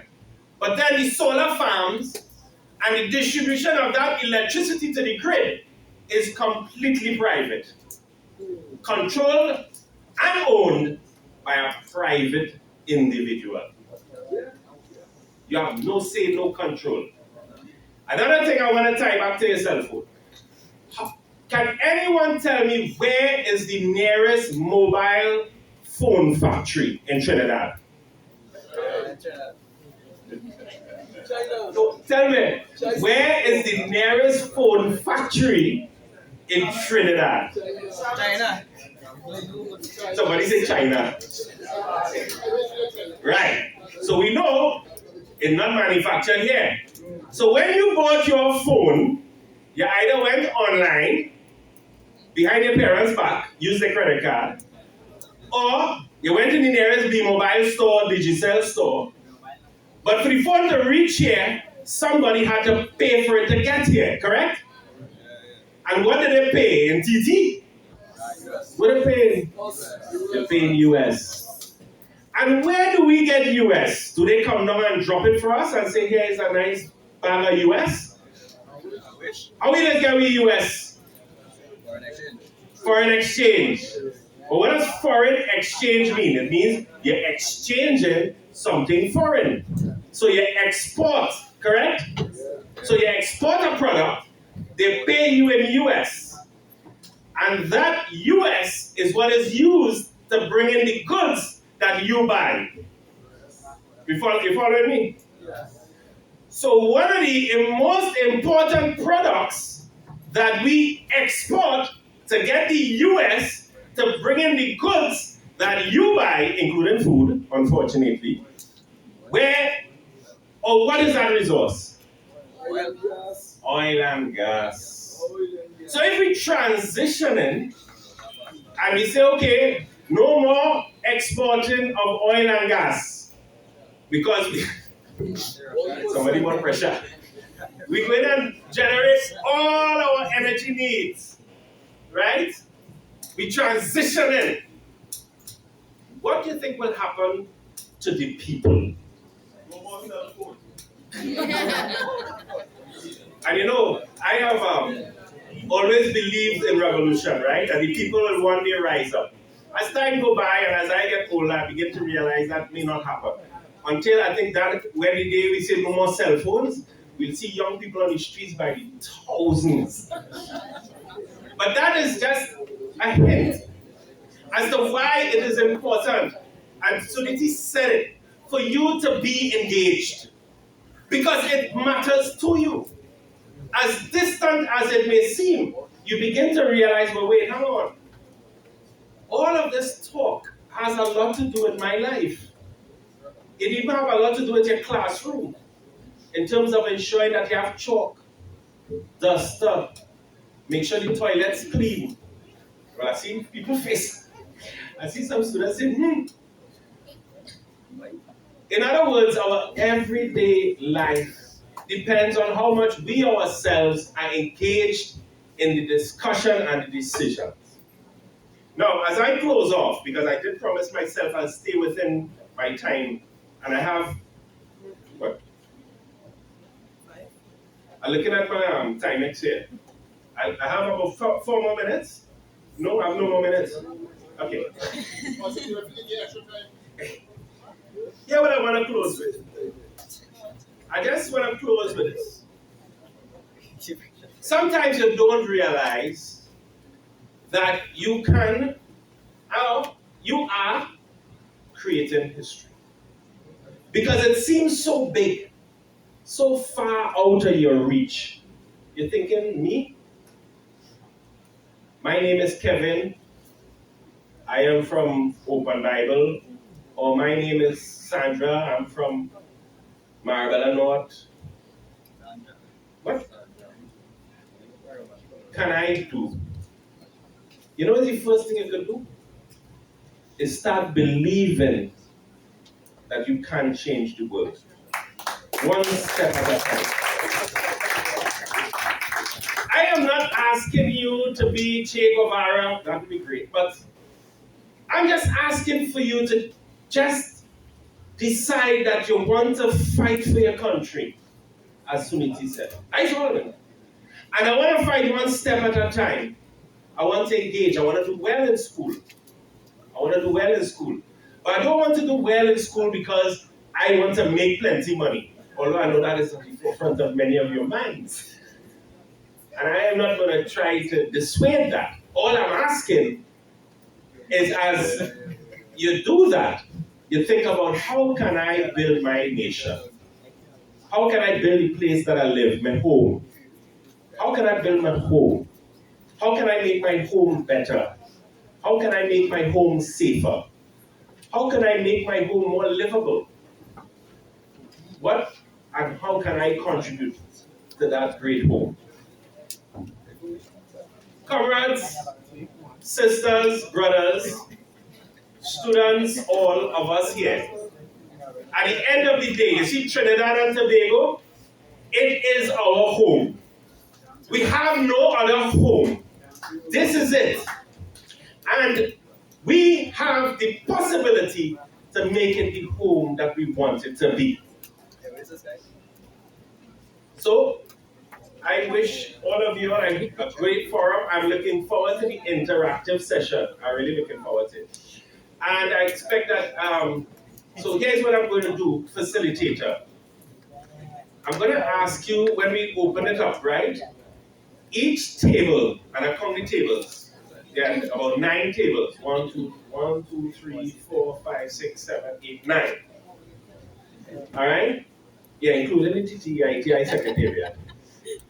I want you to, during the course of the interaction, before we end, we're going to ask each table to state one thing you're going to do to make your home better.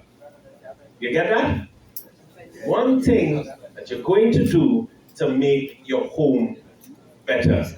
Sisters and brothers, comrades all, let us continue in this struggle for a better Trinidad and Tobago, a just Trinidad and Tobago, a better quality of life for ourselves, our children, and our grandchildren as we go forward ever and backward never.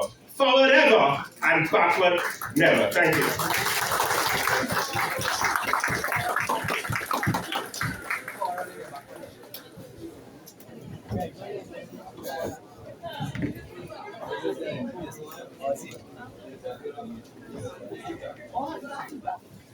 I need to tell you all about a round of applause for that speech.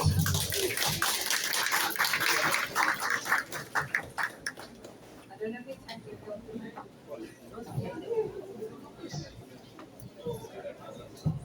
Now I'm going to stand up here and pretend I know what I'm doing until the tech person comes. Because, can you all hear me? Yeah. Can you hear me? Yeah. Okay, but we still need the tech person. Right? Turn up this volume a little bit. So at this point, everyone should have received their evaluation forms. We care about what you think, we care about how you feel, and we want you to let us know. So if your table has not received the evaluation forms, it should be coming to you. Now you can always indicate to one of us and we can get them to you. Yeah.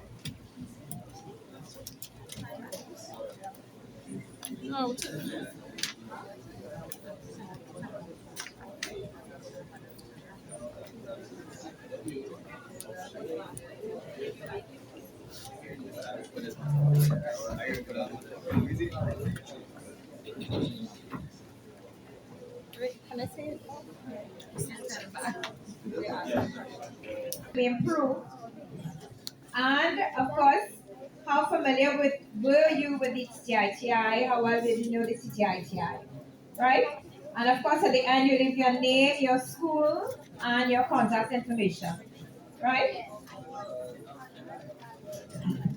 If you want.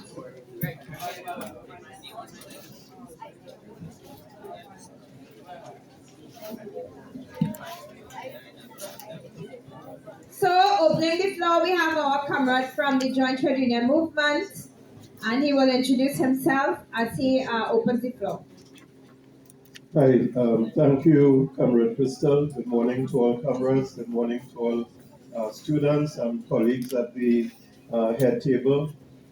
I'm Trevor Johnson, the Assistant General Secretary of the Joint Trade Union Movement, but I'm also representing Cipriani College of Labor and Cooperative Studies. And I just want to acknowledge, and I know earlier this year, Sunity, Comrade Ozzi, would have been at Cipriani College in terms of dealing with the issue of just transition. And one of the questions Comrade Ozzi asked, what are we going to do in our space? And I think, I suppose one of the considerations for me, our space includes our own union, but it also includes first and foremost our family space.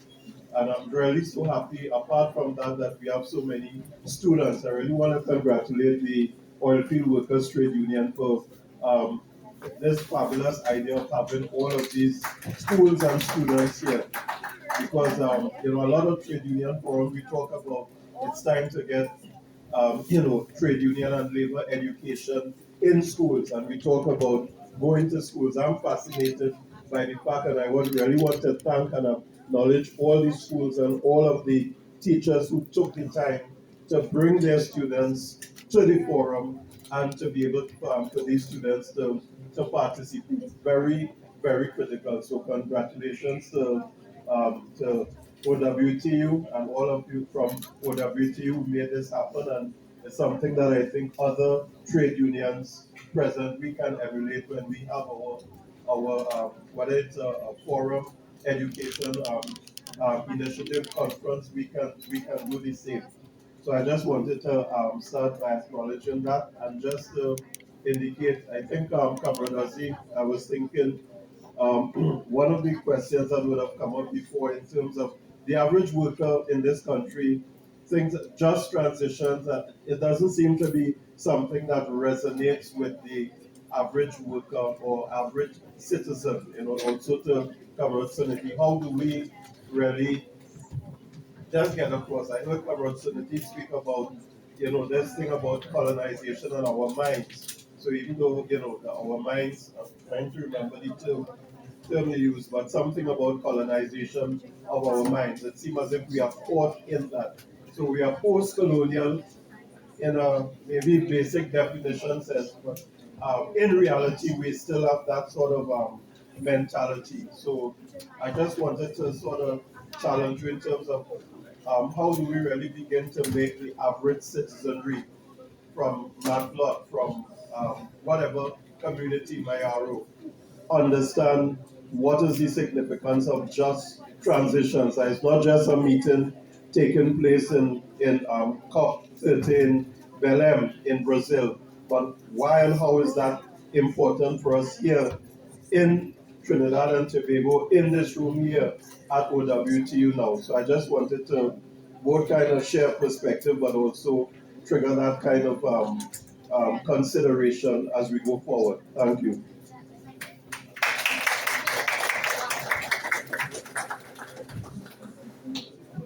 Maybe we could take a few more questions before. Yeah. Okay, good day. My name is Terry James from Harriman Secondary, and a lot of the speakers spoke about economic development and how it is we're trying to make it sustainable so future generations could have a better impact, because as a current society, one of our main problems is that we have persistent debt and degradation throughout time, and it has stemmed from colonialism, and it is still persistent today. So my question is how, or what is being implemented, or how can we have future generations also contribute to making that change when it comes to energy for these different sectors, and how we can help youths also be part and contribute, or just be more aware.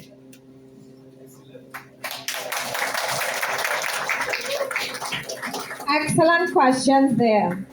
Any more questions on the floor? Is that a hand up? No? Yes.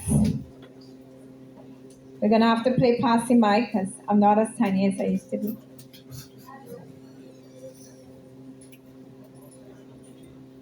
Pleasant good morning, comrades all. Good afternoon, after 12. My name is Theophilus Joseph, and I'll be very quick and short. I put in some information from the Tteiti report 2016-2017 with regards to the 6 top contributors in the energy sector to contributed that would have made payments to Trinidad and Tobago. Petrotrin was the 6th largest contributor to the coffers of Trinidad and Tobago in 2018, 6th largest. And at that time, 82% of monies received by the government came from the energy sector. And Comrade Long would have made the statement that the energy sector and the aggregate sector is the major contributor to monies received by companies on behalf of Trinidad and Tobago. You also would have said that Tteiti would have made recommendations to have compulsory companies reporting their earnings, and I forget the second one. So my recommendation or my position is that one of the biggest problems we have in this country is accountability by especially the foreign international companies. And these agreements is plagued with something called NDAs, which is non-disclosures agreement. And I think as a people, as we the people, we need accountability from those who are in government to account for how our resources are extracted and how much returns we get from it. Young people, we need to demand from governments, present and future, that NDA agreements must be a thing of the past when negotiating our wealth, our God-given wealth. And you think about it. The farm that was built to harness the sun in Carson Field, our sunlight, that is God-given, BP and a second company. No, BP and Shell are the 2 multinational companies that is harnessing our sunlight and selling us back that energy that we are paying in US dollars, comrade. Just imagine that. And that is totally wrong. So again, my suggestion is that we, the people, must demand that non-disclosure agreement must be a thing of the past, especially when you're dealing with what God has given us, our natural resources. Thank you, Comrade.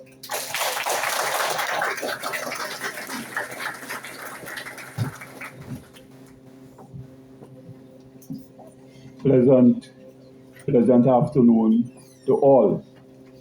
All. You laughing? I wish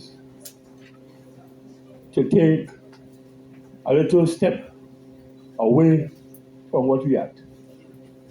And maybe I'm following Sunity a little. Because we're talking about green space, we're talking about so many things. I have not heard us put our minds to agriculture in this country. What has happened to our agriculture in Trinidad and Tobago? And the history takes us back over 100 years as to what happened, not in the Trinidad alone, but the Caribbean, but what happened in Trinidad in terms of agriculture. And we're not paying attention, because agriculture don't seem to have a space, or will just give us a little right. I remember Charles Khan forever speaking out on that situation. I remember Charles Khan telling us about the meats and different things we eat in here, and it is poisonous. No attention paid to it, but a man came on the TV in a jacket and tie and said exactly what Charles said, and everybody started to go crazy. But we're not seeing agriculture developing in our country. Going back to a long period, and a lot of students may not understand that. We here in Trinidad at one time, which is now called the UWI, it used to be called the Tropical School of Agriculture. And I asked him two questions, Dr. Bennett developed two animals that we had here, the bison and a special goat. Where is that goat at this time? Is that goat in Trinidad? That goat is in Jamaica. Where is the bison that is strong and have the best milk? That is in Australia. The Tropical School of Agriculture is closed down. We're talking only agriculture. We're not doing anything about our green space in the real sense. We're developing all these youths and them here. For what? We have all sorts of programs, but for what? Are we concentrating to feed ourselves? I'm saying feeding ourselves is very necessary. I understand what is said by the extraction and it, but we must, at this time, because energy, as they tell us, is a wasting commodity. That's all I think. The energy is a wasting commodity. And we have taken a lot of our lands here in Trinidad and give it to foreigners to do all sorts of things. We've seen it. Sunity talk about water. And what was one of the recommendations for water and collection of water in Trinidad? Just in that North Coast area, to build dams, secondary dams, to collect that water and pump it to the regular dams. What have we done? Nothing. So now, anytime, and I point it this way, if I stand up by Queen's Park, and I have a real strong pea and I put it on, don't go in and get flooded with the pea. It's something crude. It's something crude, but that's what it is. We have not built any secondary dams for collections of water. Mount Hope come down. Port of Spain is a concrete jungle. So all the water runs off and flood down the road. We're not collecting our water. So I am saying to us young people, there has to be another vision.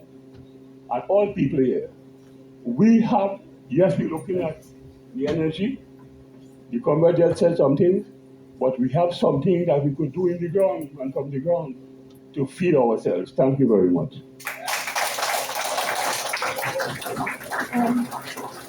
One second.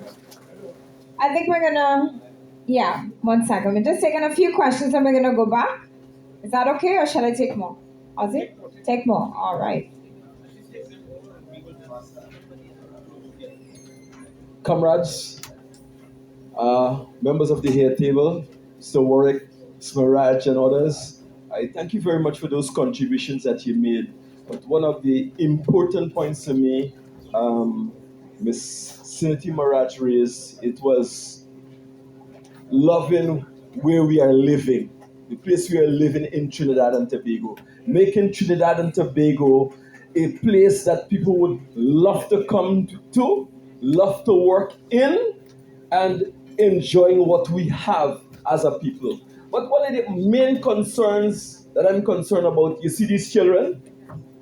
At every forum I go, when I see the President General and Mr. Warwick, I tell them concerning educating our children about the interests and the things we have in Trinidad and Tobago and the difference they can make in the development of Trinidad and Tobago. Not only because we go to many forums, and I know we don't have nobody from CNC3 here, TV6, but so many times the union, the Oilfield Workers Trade Union, and you know I love this union. Yeah, I die for this union. The Oilfield Workers Trade Union brings out so many things in the space in this country, understanding from oil, every other industry. But nobody takes it for granted because nobody hears it. Nobody reads about it. And this is what I'm saying. I'm asking, where is the comrade from the college, from our Cipriani College? He just stepped out. So that we can educate our children more and more in knowing the things of the OWTU and the things that we stand for. And I would like us to continue to invite the schools and spread it. When you go on your Facebook page, you can see me there. I always on OWTU Facebook page. I just find time as a pastor to read the Bible and time to go on OWTU site. To make sure that some of the things some of the trash that are sold to us, and we believe, my dear young people, I love you all as I love God. Let me tell you something. This trade union movement stood up in advance and told the people of Trinidad and Tobago what was happening in the oil sector. Nobody listened. Instead, they sold to the people that the workers are made getting $15,000 a month, which was a lie. I want you all to read, continue to read it, be on your social media. Look at the things and question. When people ask you things and sell things to you, question them. Question them. At my forum, at church, that's one of the things I always do. Pray for the Oilfield Workers Trade Union and the leaders of the Oilfield Workers Trade Union. I do it as a member of the Baptist Union of Trinidad and Tobago. You know, one of our schools, they're not here, Cowan Hamilton, that's one of our schools. So I would like to see all the schools here, and my concern is about you, young people. And teachers, please, educate the children. Let the children know the truth of what this union stands for, what it upholds, and what it brings for the development of Trinidad and Tobago. Just now we're going to see the little lights flickering. But most of all, what Ms. Maharaj said, and the accountability of the TTEITI. Accountability. We must ask the accountability of our politicians. I was just showing somebody a message that was sent to me by a politician concerning employment. When you send me a message 10 o'clock to get people for 12 o'clock, you're playing games. I don't play games. I'm a minister of truth. The word is truth. I'm going to be judged by the truth of the word. So all I'm saying to us, let us continue to educate our young people in knowing the things and knowing this lovely, blessed twin island Republic of Trinidad and Tobago is a paradise for all to come and for all to enjoy. Thank you.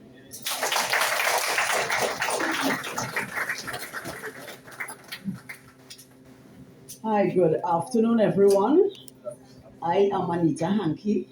In a previous, no, let me don't go to previous. I am representing COT here this morning. Thank you, Mr. Warwick. I'm COT, CCOT, CEDAW Committee of Trinidad and Tobago. So, in a my previous incarnation, I used to be the head of the Renewable Energy Division at the Ministry of Energy and Energy Industry. So it's good to see Sherwin and the EITI here once again. I was particularly almost overwhelmed when I came into the room, when I saw so many students. And I think this is so much, it's so important, as the pastor would have said, because they are the future of our nation. And I was particularly moved by Mrs. Maharaj's presentation. At the end of your presentation, you referred specifically to the number of women who have been seriously affected post-COVID. And my question is really, do you think enough is being done to ensure that women find their space and stay in that space in terms of sustainable employment in Trinidad and Tobago? Is enough being done? I don't know what the studies are saying, but as we know, as I said, the organization, they advocate for women, all forms of discrimination against women in Trinidad and Tobago. And it can be deduced that this in itself is a form of discrimination when women are underrepresented, not only in the energy sector, but particularly in the energy sector, but other sectors as well. Thank you. All right. Now, of course, we want to hear from you. And Ozzi would have put forward a question to every single table. And so he challenged everyone to say, what are you going to do to change your space? What are you going to do to impact that change in your environment? And so at this point, I'm going to do the voluntary thing and ask if anyone is already prepared to share. But if not, of course, I'm not averse to selecting tables at this time.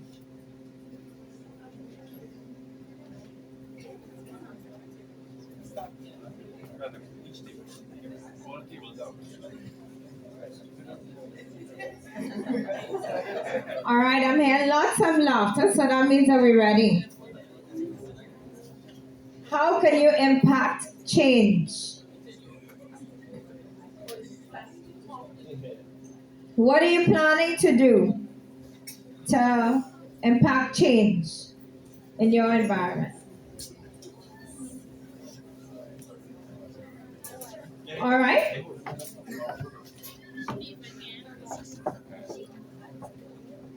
So I feel like we could start. We're gonna start with the comrades. Our comrades are custom in hot water. They could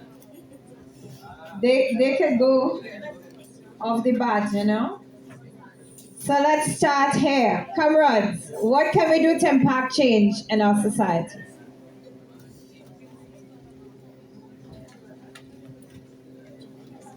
Blessed morning, everyone. Well, change as itself is the word we could start with. Change, which is change we approach towards certain things which we don't know about. We find and seek and find answers. The information is available to us. It would be better for us to help each other if we share information with each other. As my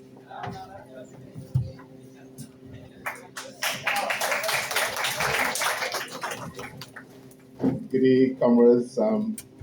My name is Rudy Atwell from the Aviation, Communication and Allied Workers Union. Welcome to all the young people here. The pastor talked about debunking lies.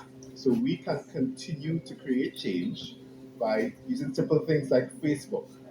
Promote truth. You see what we're promoting here on the Tteiti, we share that on Facebook. And keep debunking misinformation. That is a big tool that we have. So let's keep doing that. And we will affect change by keeping the mind clear, and then that would bring action physically.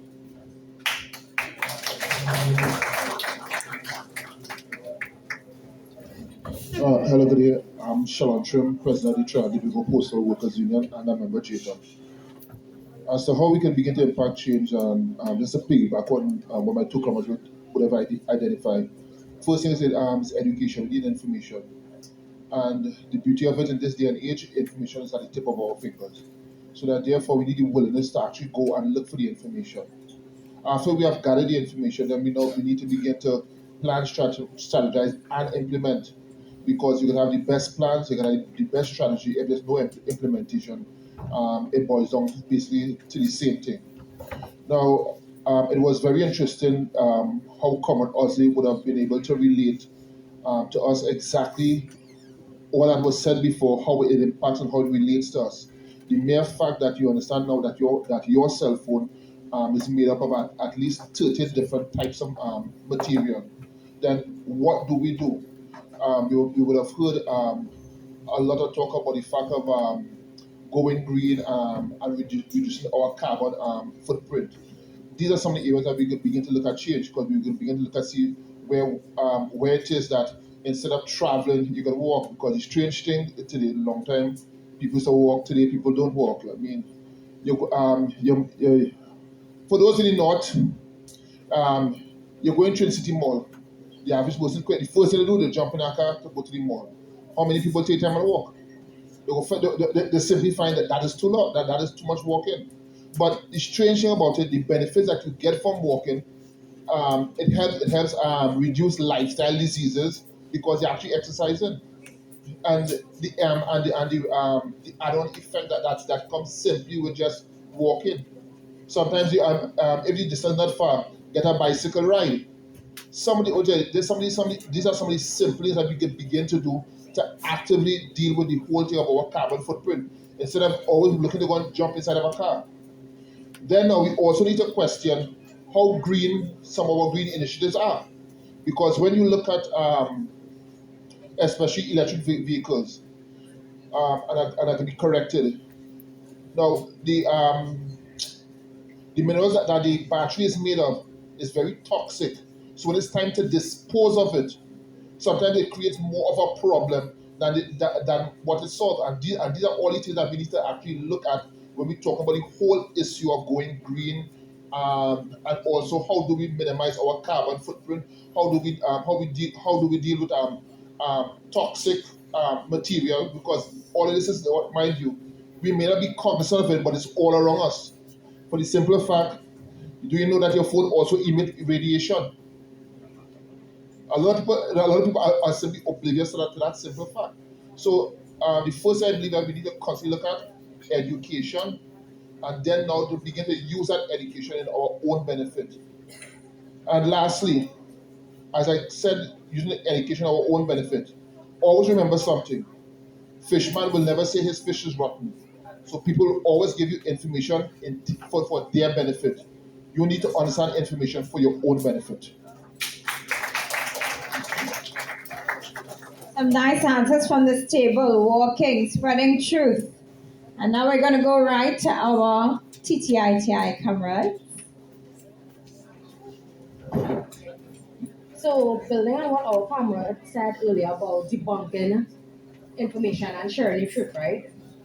Sharing information in a way that people understand why transparency matters, and in a way that the average citizen would understand. You see, as EITI, we don't only produce data, we don't only produce figures. We explain things in the sector, we share, we do a lot of infographics breaking down the sector for the average person. So I invite you at this time to please check out our social media pages, check out our reports, and as much as there's a technical aspect, there's an aspect where we break down truths to people. So what we will do within the Secretariat is also try to promote more of this information, promote it in a way where people can understand. Thank you. See, y'all have tools. I see you smiling at me. You're ready to answer. I find you talking plenty in the corner there. If you're talking plenty, it's because you know what you want to say. Just say it in the microphone now.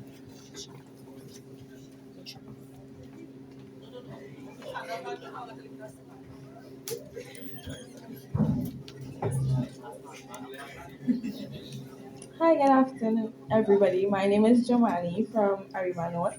The table came up with the um, contribution that we would limit our use of AI since it's causing the extraction of lithium, and we don't want to use too much of that to increase the global warming.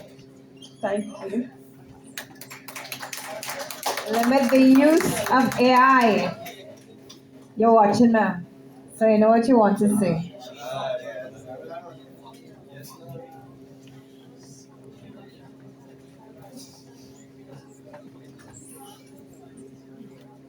Hi everyone, my name is Natalia Noriga from Maribel North, the best school ever, our best always, and how I will impact change in my community and everywhere I go is I would use my voice to impact others, to give people useful information about our moon, give them information about solar energy and stuff like that. And not only that, but okay, my bad. Yes, I would do that. Sorry, my bad. I was put on the spot. But yes, I would use my voice to impact others, like young people as myself, and also people that also want to know more about stuff like this. Your voice matters. I love that. Your voice matters. Just throw it a little bit more. Understand? Right? So use your voice to share the information. Very good. And this table, real talking, so I want to hear what you have to say. Hi, same food. What about you, love? What is your name? Hannah. Hi, Hannah. Hi. Can everybody hear Hannah?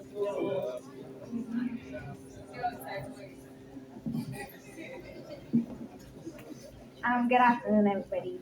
So you can divert to green technology and using that, and that way you limit the CS in the which causes global warming and so on, and also educating yourself because if you are unaware as to what is going on, you cannot change or encourage change. I am thoroughly impressed. I can't even repeat all of that. This table over here is ready. The pastor said he only speaks truth and he's bringing me here. So I am following the voice of truth. Good day, everybody. My name is. Yeah. Good day, everybody. My name is Sarah Charles from Open Bible High School. And before I came here, I had like a small dream.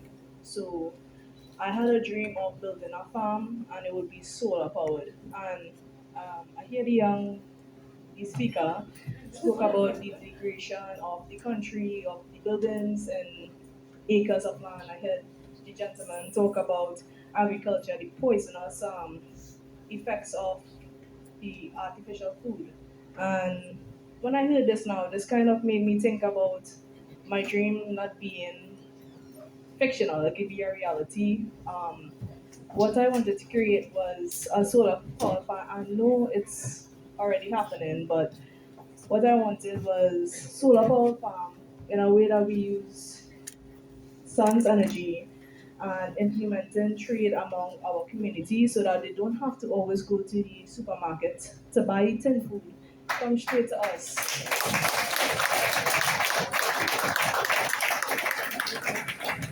I love dreamers, and the Green Fund has how many billions, Sherwin, to fund that plan?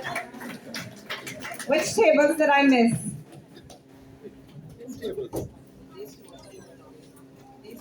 I feel like I missed these two right here.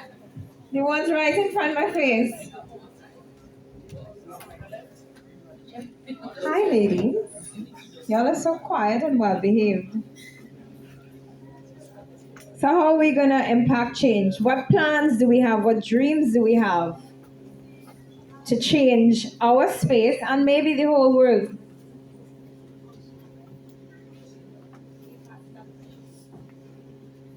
Hi, good morning. My name is Serena, and right now I'm representing Parvati Girls, Hindu College. And how I would personally implement change is by becoming an activist and really, first of all, educating myself about the ways I could change and what exactly to change. Because as of right now, I'm not really that much enlightened about it, but I would like to become more aware of these issues.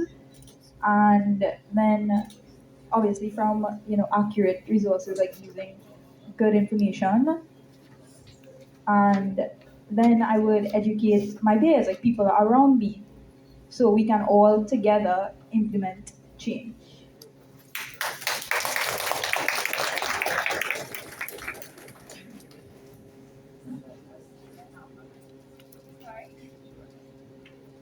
We have another response. You're getting extra time, young man. I'm coming back. I'm coming for you.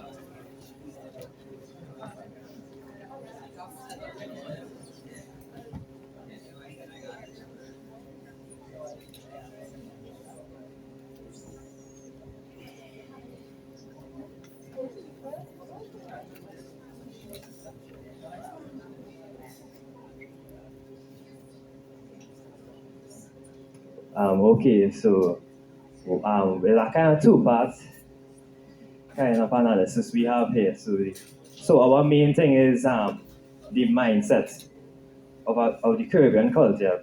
A lot of people go into things negative, and if we try to promote a more positive mindset, because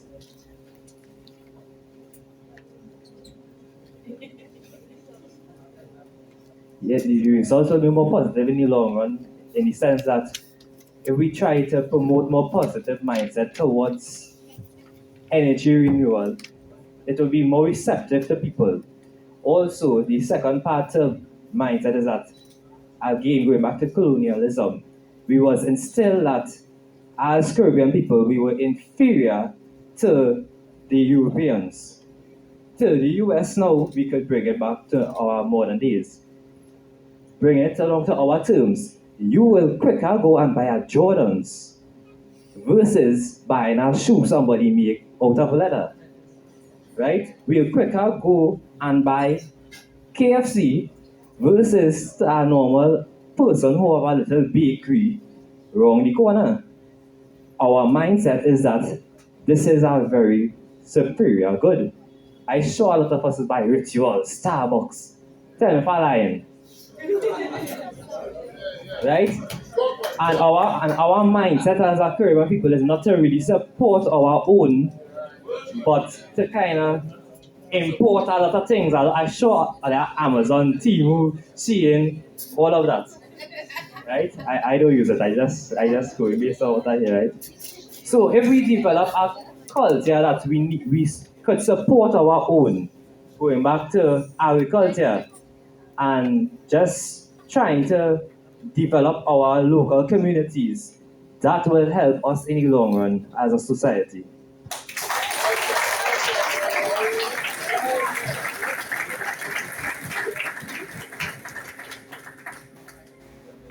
Okay, well, adding on to that point, um,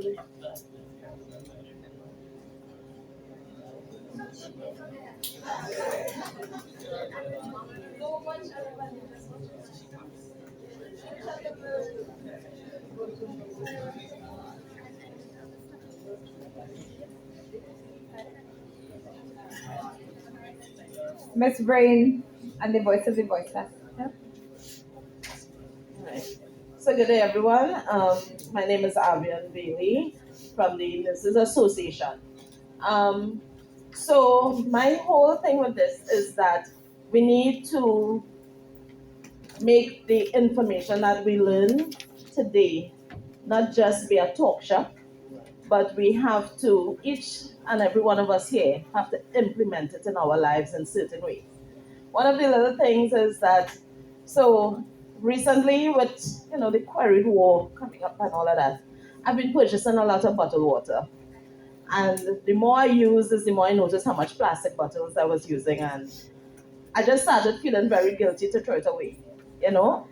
And just now while I was outside, I saw they had a recycle bin there. And I had to ask them because my whole car trunk was filled with plastic bottles. And I got one of the guys to help me, put it there so that when they come and they could, recycle it and so forth. What I'm saying is that everything in the future is dependent on our own personal action. And we can't wait always for other persons to do it. Like the young lady said, she had a dream. Her dream would not come true unless you go and you actually do it. And you can't just leave it as a dream, you have to make it a reality. And then, as this young man said, we can't always think that the foreigners have the answers. We have to understand that our own things are valuable as well. So we now have to support our own people when they do things, to improve and not wait to hear what a foreign entity is saying about it. We have solutions on our own. Guyana has been deemed the only country in the world right now able to feed itself. We used to be kicking off on Guyanese when we were growing up. We used to kick off on them and whatever and so forth. And now they are showing us that they understand what needs to be done. And I'm saying Trinidad, we could do it too. So that's it. Gentlemen.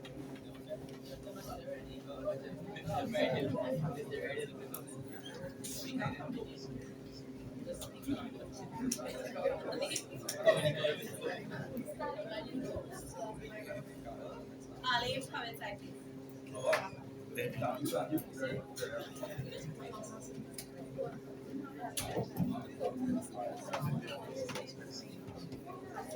You ready?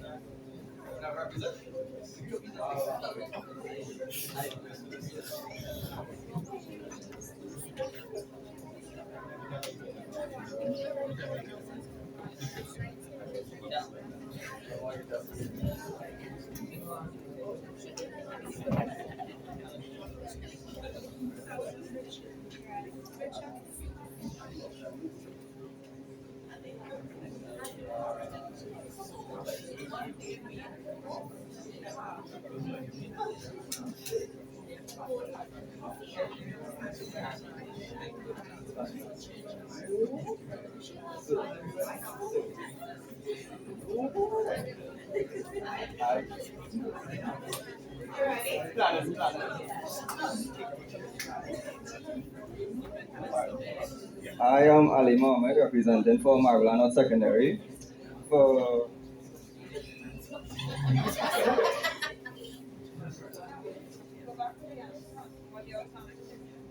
I plan to bring it to the school attention or the workplace or the community. And some examples are recycling program and cleanup events and energy saving habits. Thank you so much, everyone. Very interesting projects, and I do hope to see them implemented in the future. So now I would like to bring us to our final remarks. And of course, our speakers will also address the questions that you would have raised during the course of the day. So I would now be passing on to our comrades at the table. Okay, thank you, Candice. One of the questions that I zeroed in on related to Mr. James. He was speaking about contract transparency, I would call it. For us in the EITI, contract transparency is required. However, for Trinidad and Tobago, because of our laws and because of the contracts, we don't disclose the full contracts. So it's a challenge that we have. I think understanding the terms of the contract will help you. If you have access to the contract, you can understand how much you're supposed to earn from that contract. You'll understand who has an obligation if there's an environmental incident. What is the obligation of the company that you're partnering with to develop the resources? So to us, contract transparency is very important. It's something that we keep championing for, but unfortunately, the laws in the country, the Petroleum Act as well as the Freedom of Information Act doesn't allow for contract transparency in the energy sector. Again, having the contracts disclosed to me, the benefit of it is having students like yourself review the contracts and spot inadequacies, and then we change those contracts going forward. So in terms of what Mr. James raised, I agree that we should have contract transparency, not only for exploration and production, the exploration and production side, but also for LNG contracts and downstream contracts as well.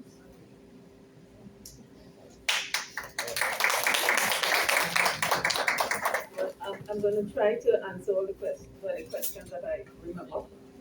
And the first thing I want to say is don't sleepwalk through your life. Don't wait until, quote unquote, you grow up. Remember that the people who invented pan were all teenagers. They solved the problem of how you take an oil drum or a garbage cover, a bin cover, and so on, and figured out. They began to learn about the metallurgy of that cover. They learned about music. They learned about physics and chemistry, and they weren't in school. They were the cast offs of society. And the ones who were in school weren't learning anything approximating that kind of radical innovation, as people who were just exercising their intelligence, experimenting, and innovating. I want to warn you that the education system deprives you of that skill to a large extent. You are warehoused, and if you accept that you're going to school just to pass and to get yourself certified, you're going to miss your life. You're going to wake up in middle age, in a middle age crisis, because you will start something inside of you which is really you.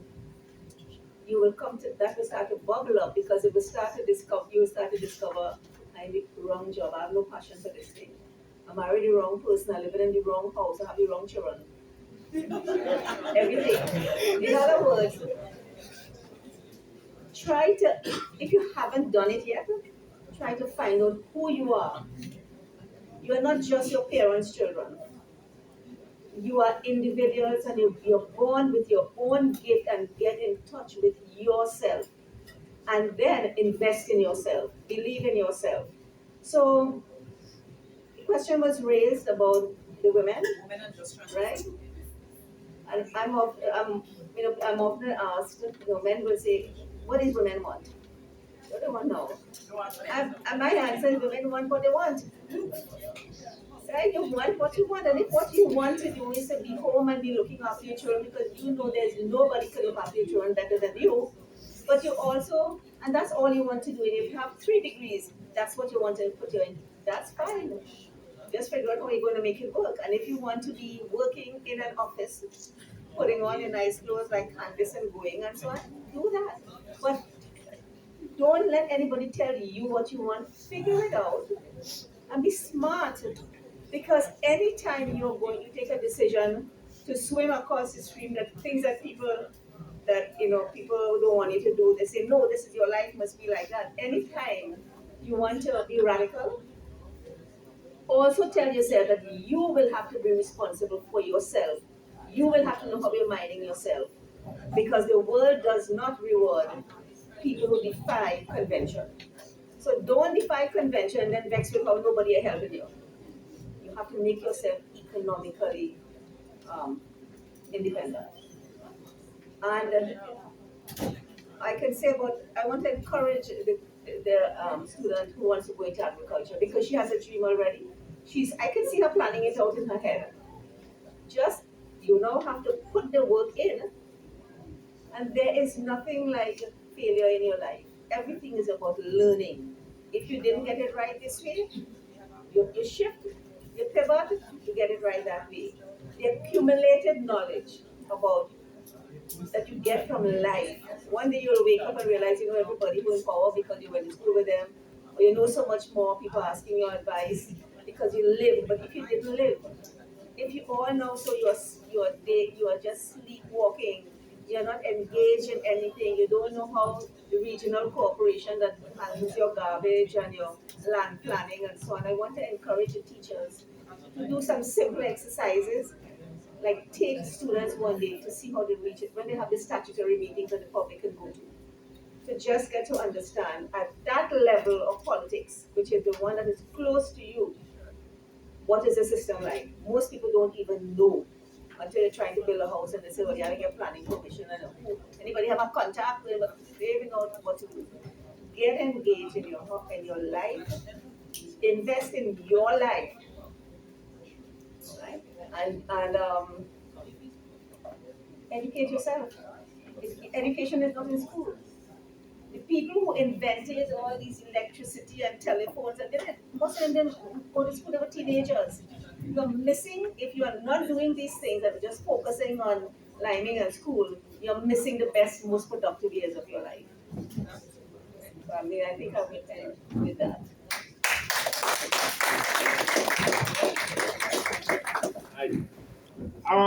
I'll try to be real short, right? In responding to what definitely has been such rich contributions.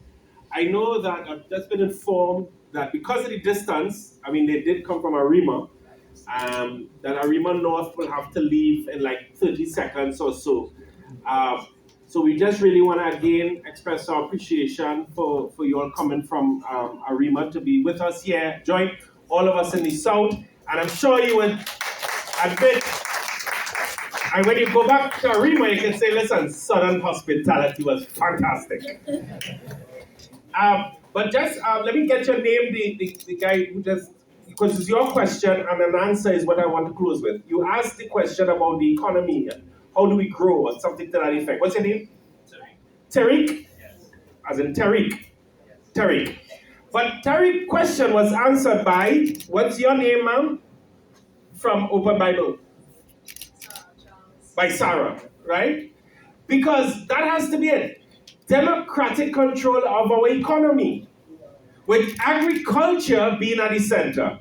That's a shift, a fundamental and radical shift.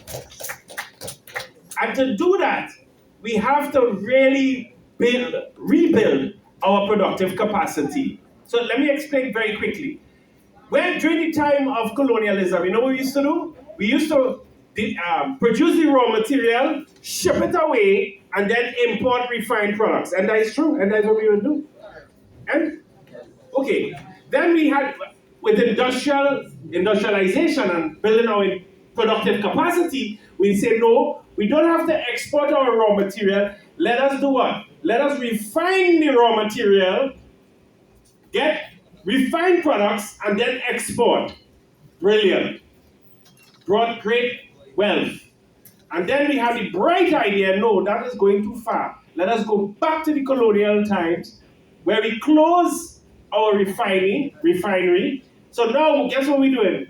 We're producing raw material, crude oil, to export so that we can then import refined products.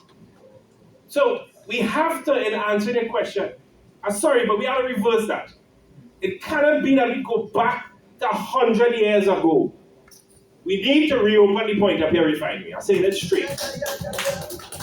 Use that then to rebuild our productive, our young men and women to be part of apprenticeship programs where you learn real skills that you could utilize to become even more innovative.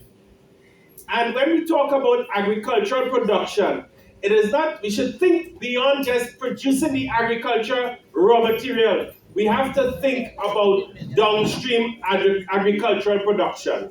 In other words, we have to shift away from just producing raw material for the north and really produce a value chain where we can export manufactured products based on the innovation, the intellect of our own people.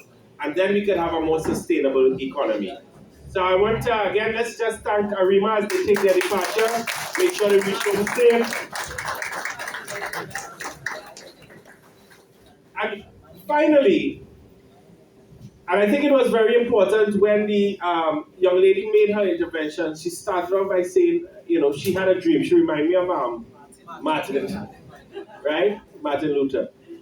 There is no doubt in my mind that every one of you sitting here dream of your life and what that life would be like. And there is nothing wrong with dreaming big, imagining big. Because they tend to want us to believe that because we come from a small island, that we should restrict and limit our dreams. But the fact is that this small island have produced people that have contributed to big global ideas. Big global ideas. And I want to suggest that we will continue to do so. Just continue believing in yourself. So I want to thank every one of you all, and I would like for you all, everybody, to give yourselves a round of applause for being here and being part of this. And the Oilfield Workers Trade Union always prides itself in being a social force that challenges and confronts the status quo. But we can only realize and actualize confronting that status quo when other people believe in what we are doing and believe that what we are doing is in the interest of all of Trinidad and Tobago. As I close, on behalf of the Oilfield Workers Trade Union, I want to thank all of you all for being on this journey with us as we educate ourselves and build our own consciousness to challenge the status quo and shape a different future, a brighter future for ourselves and the generations to come. Thank you very much.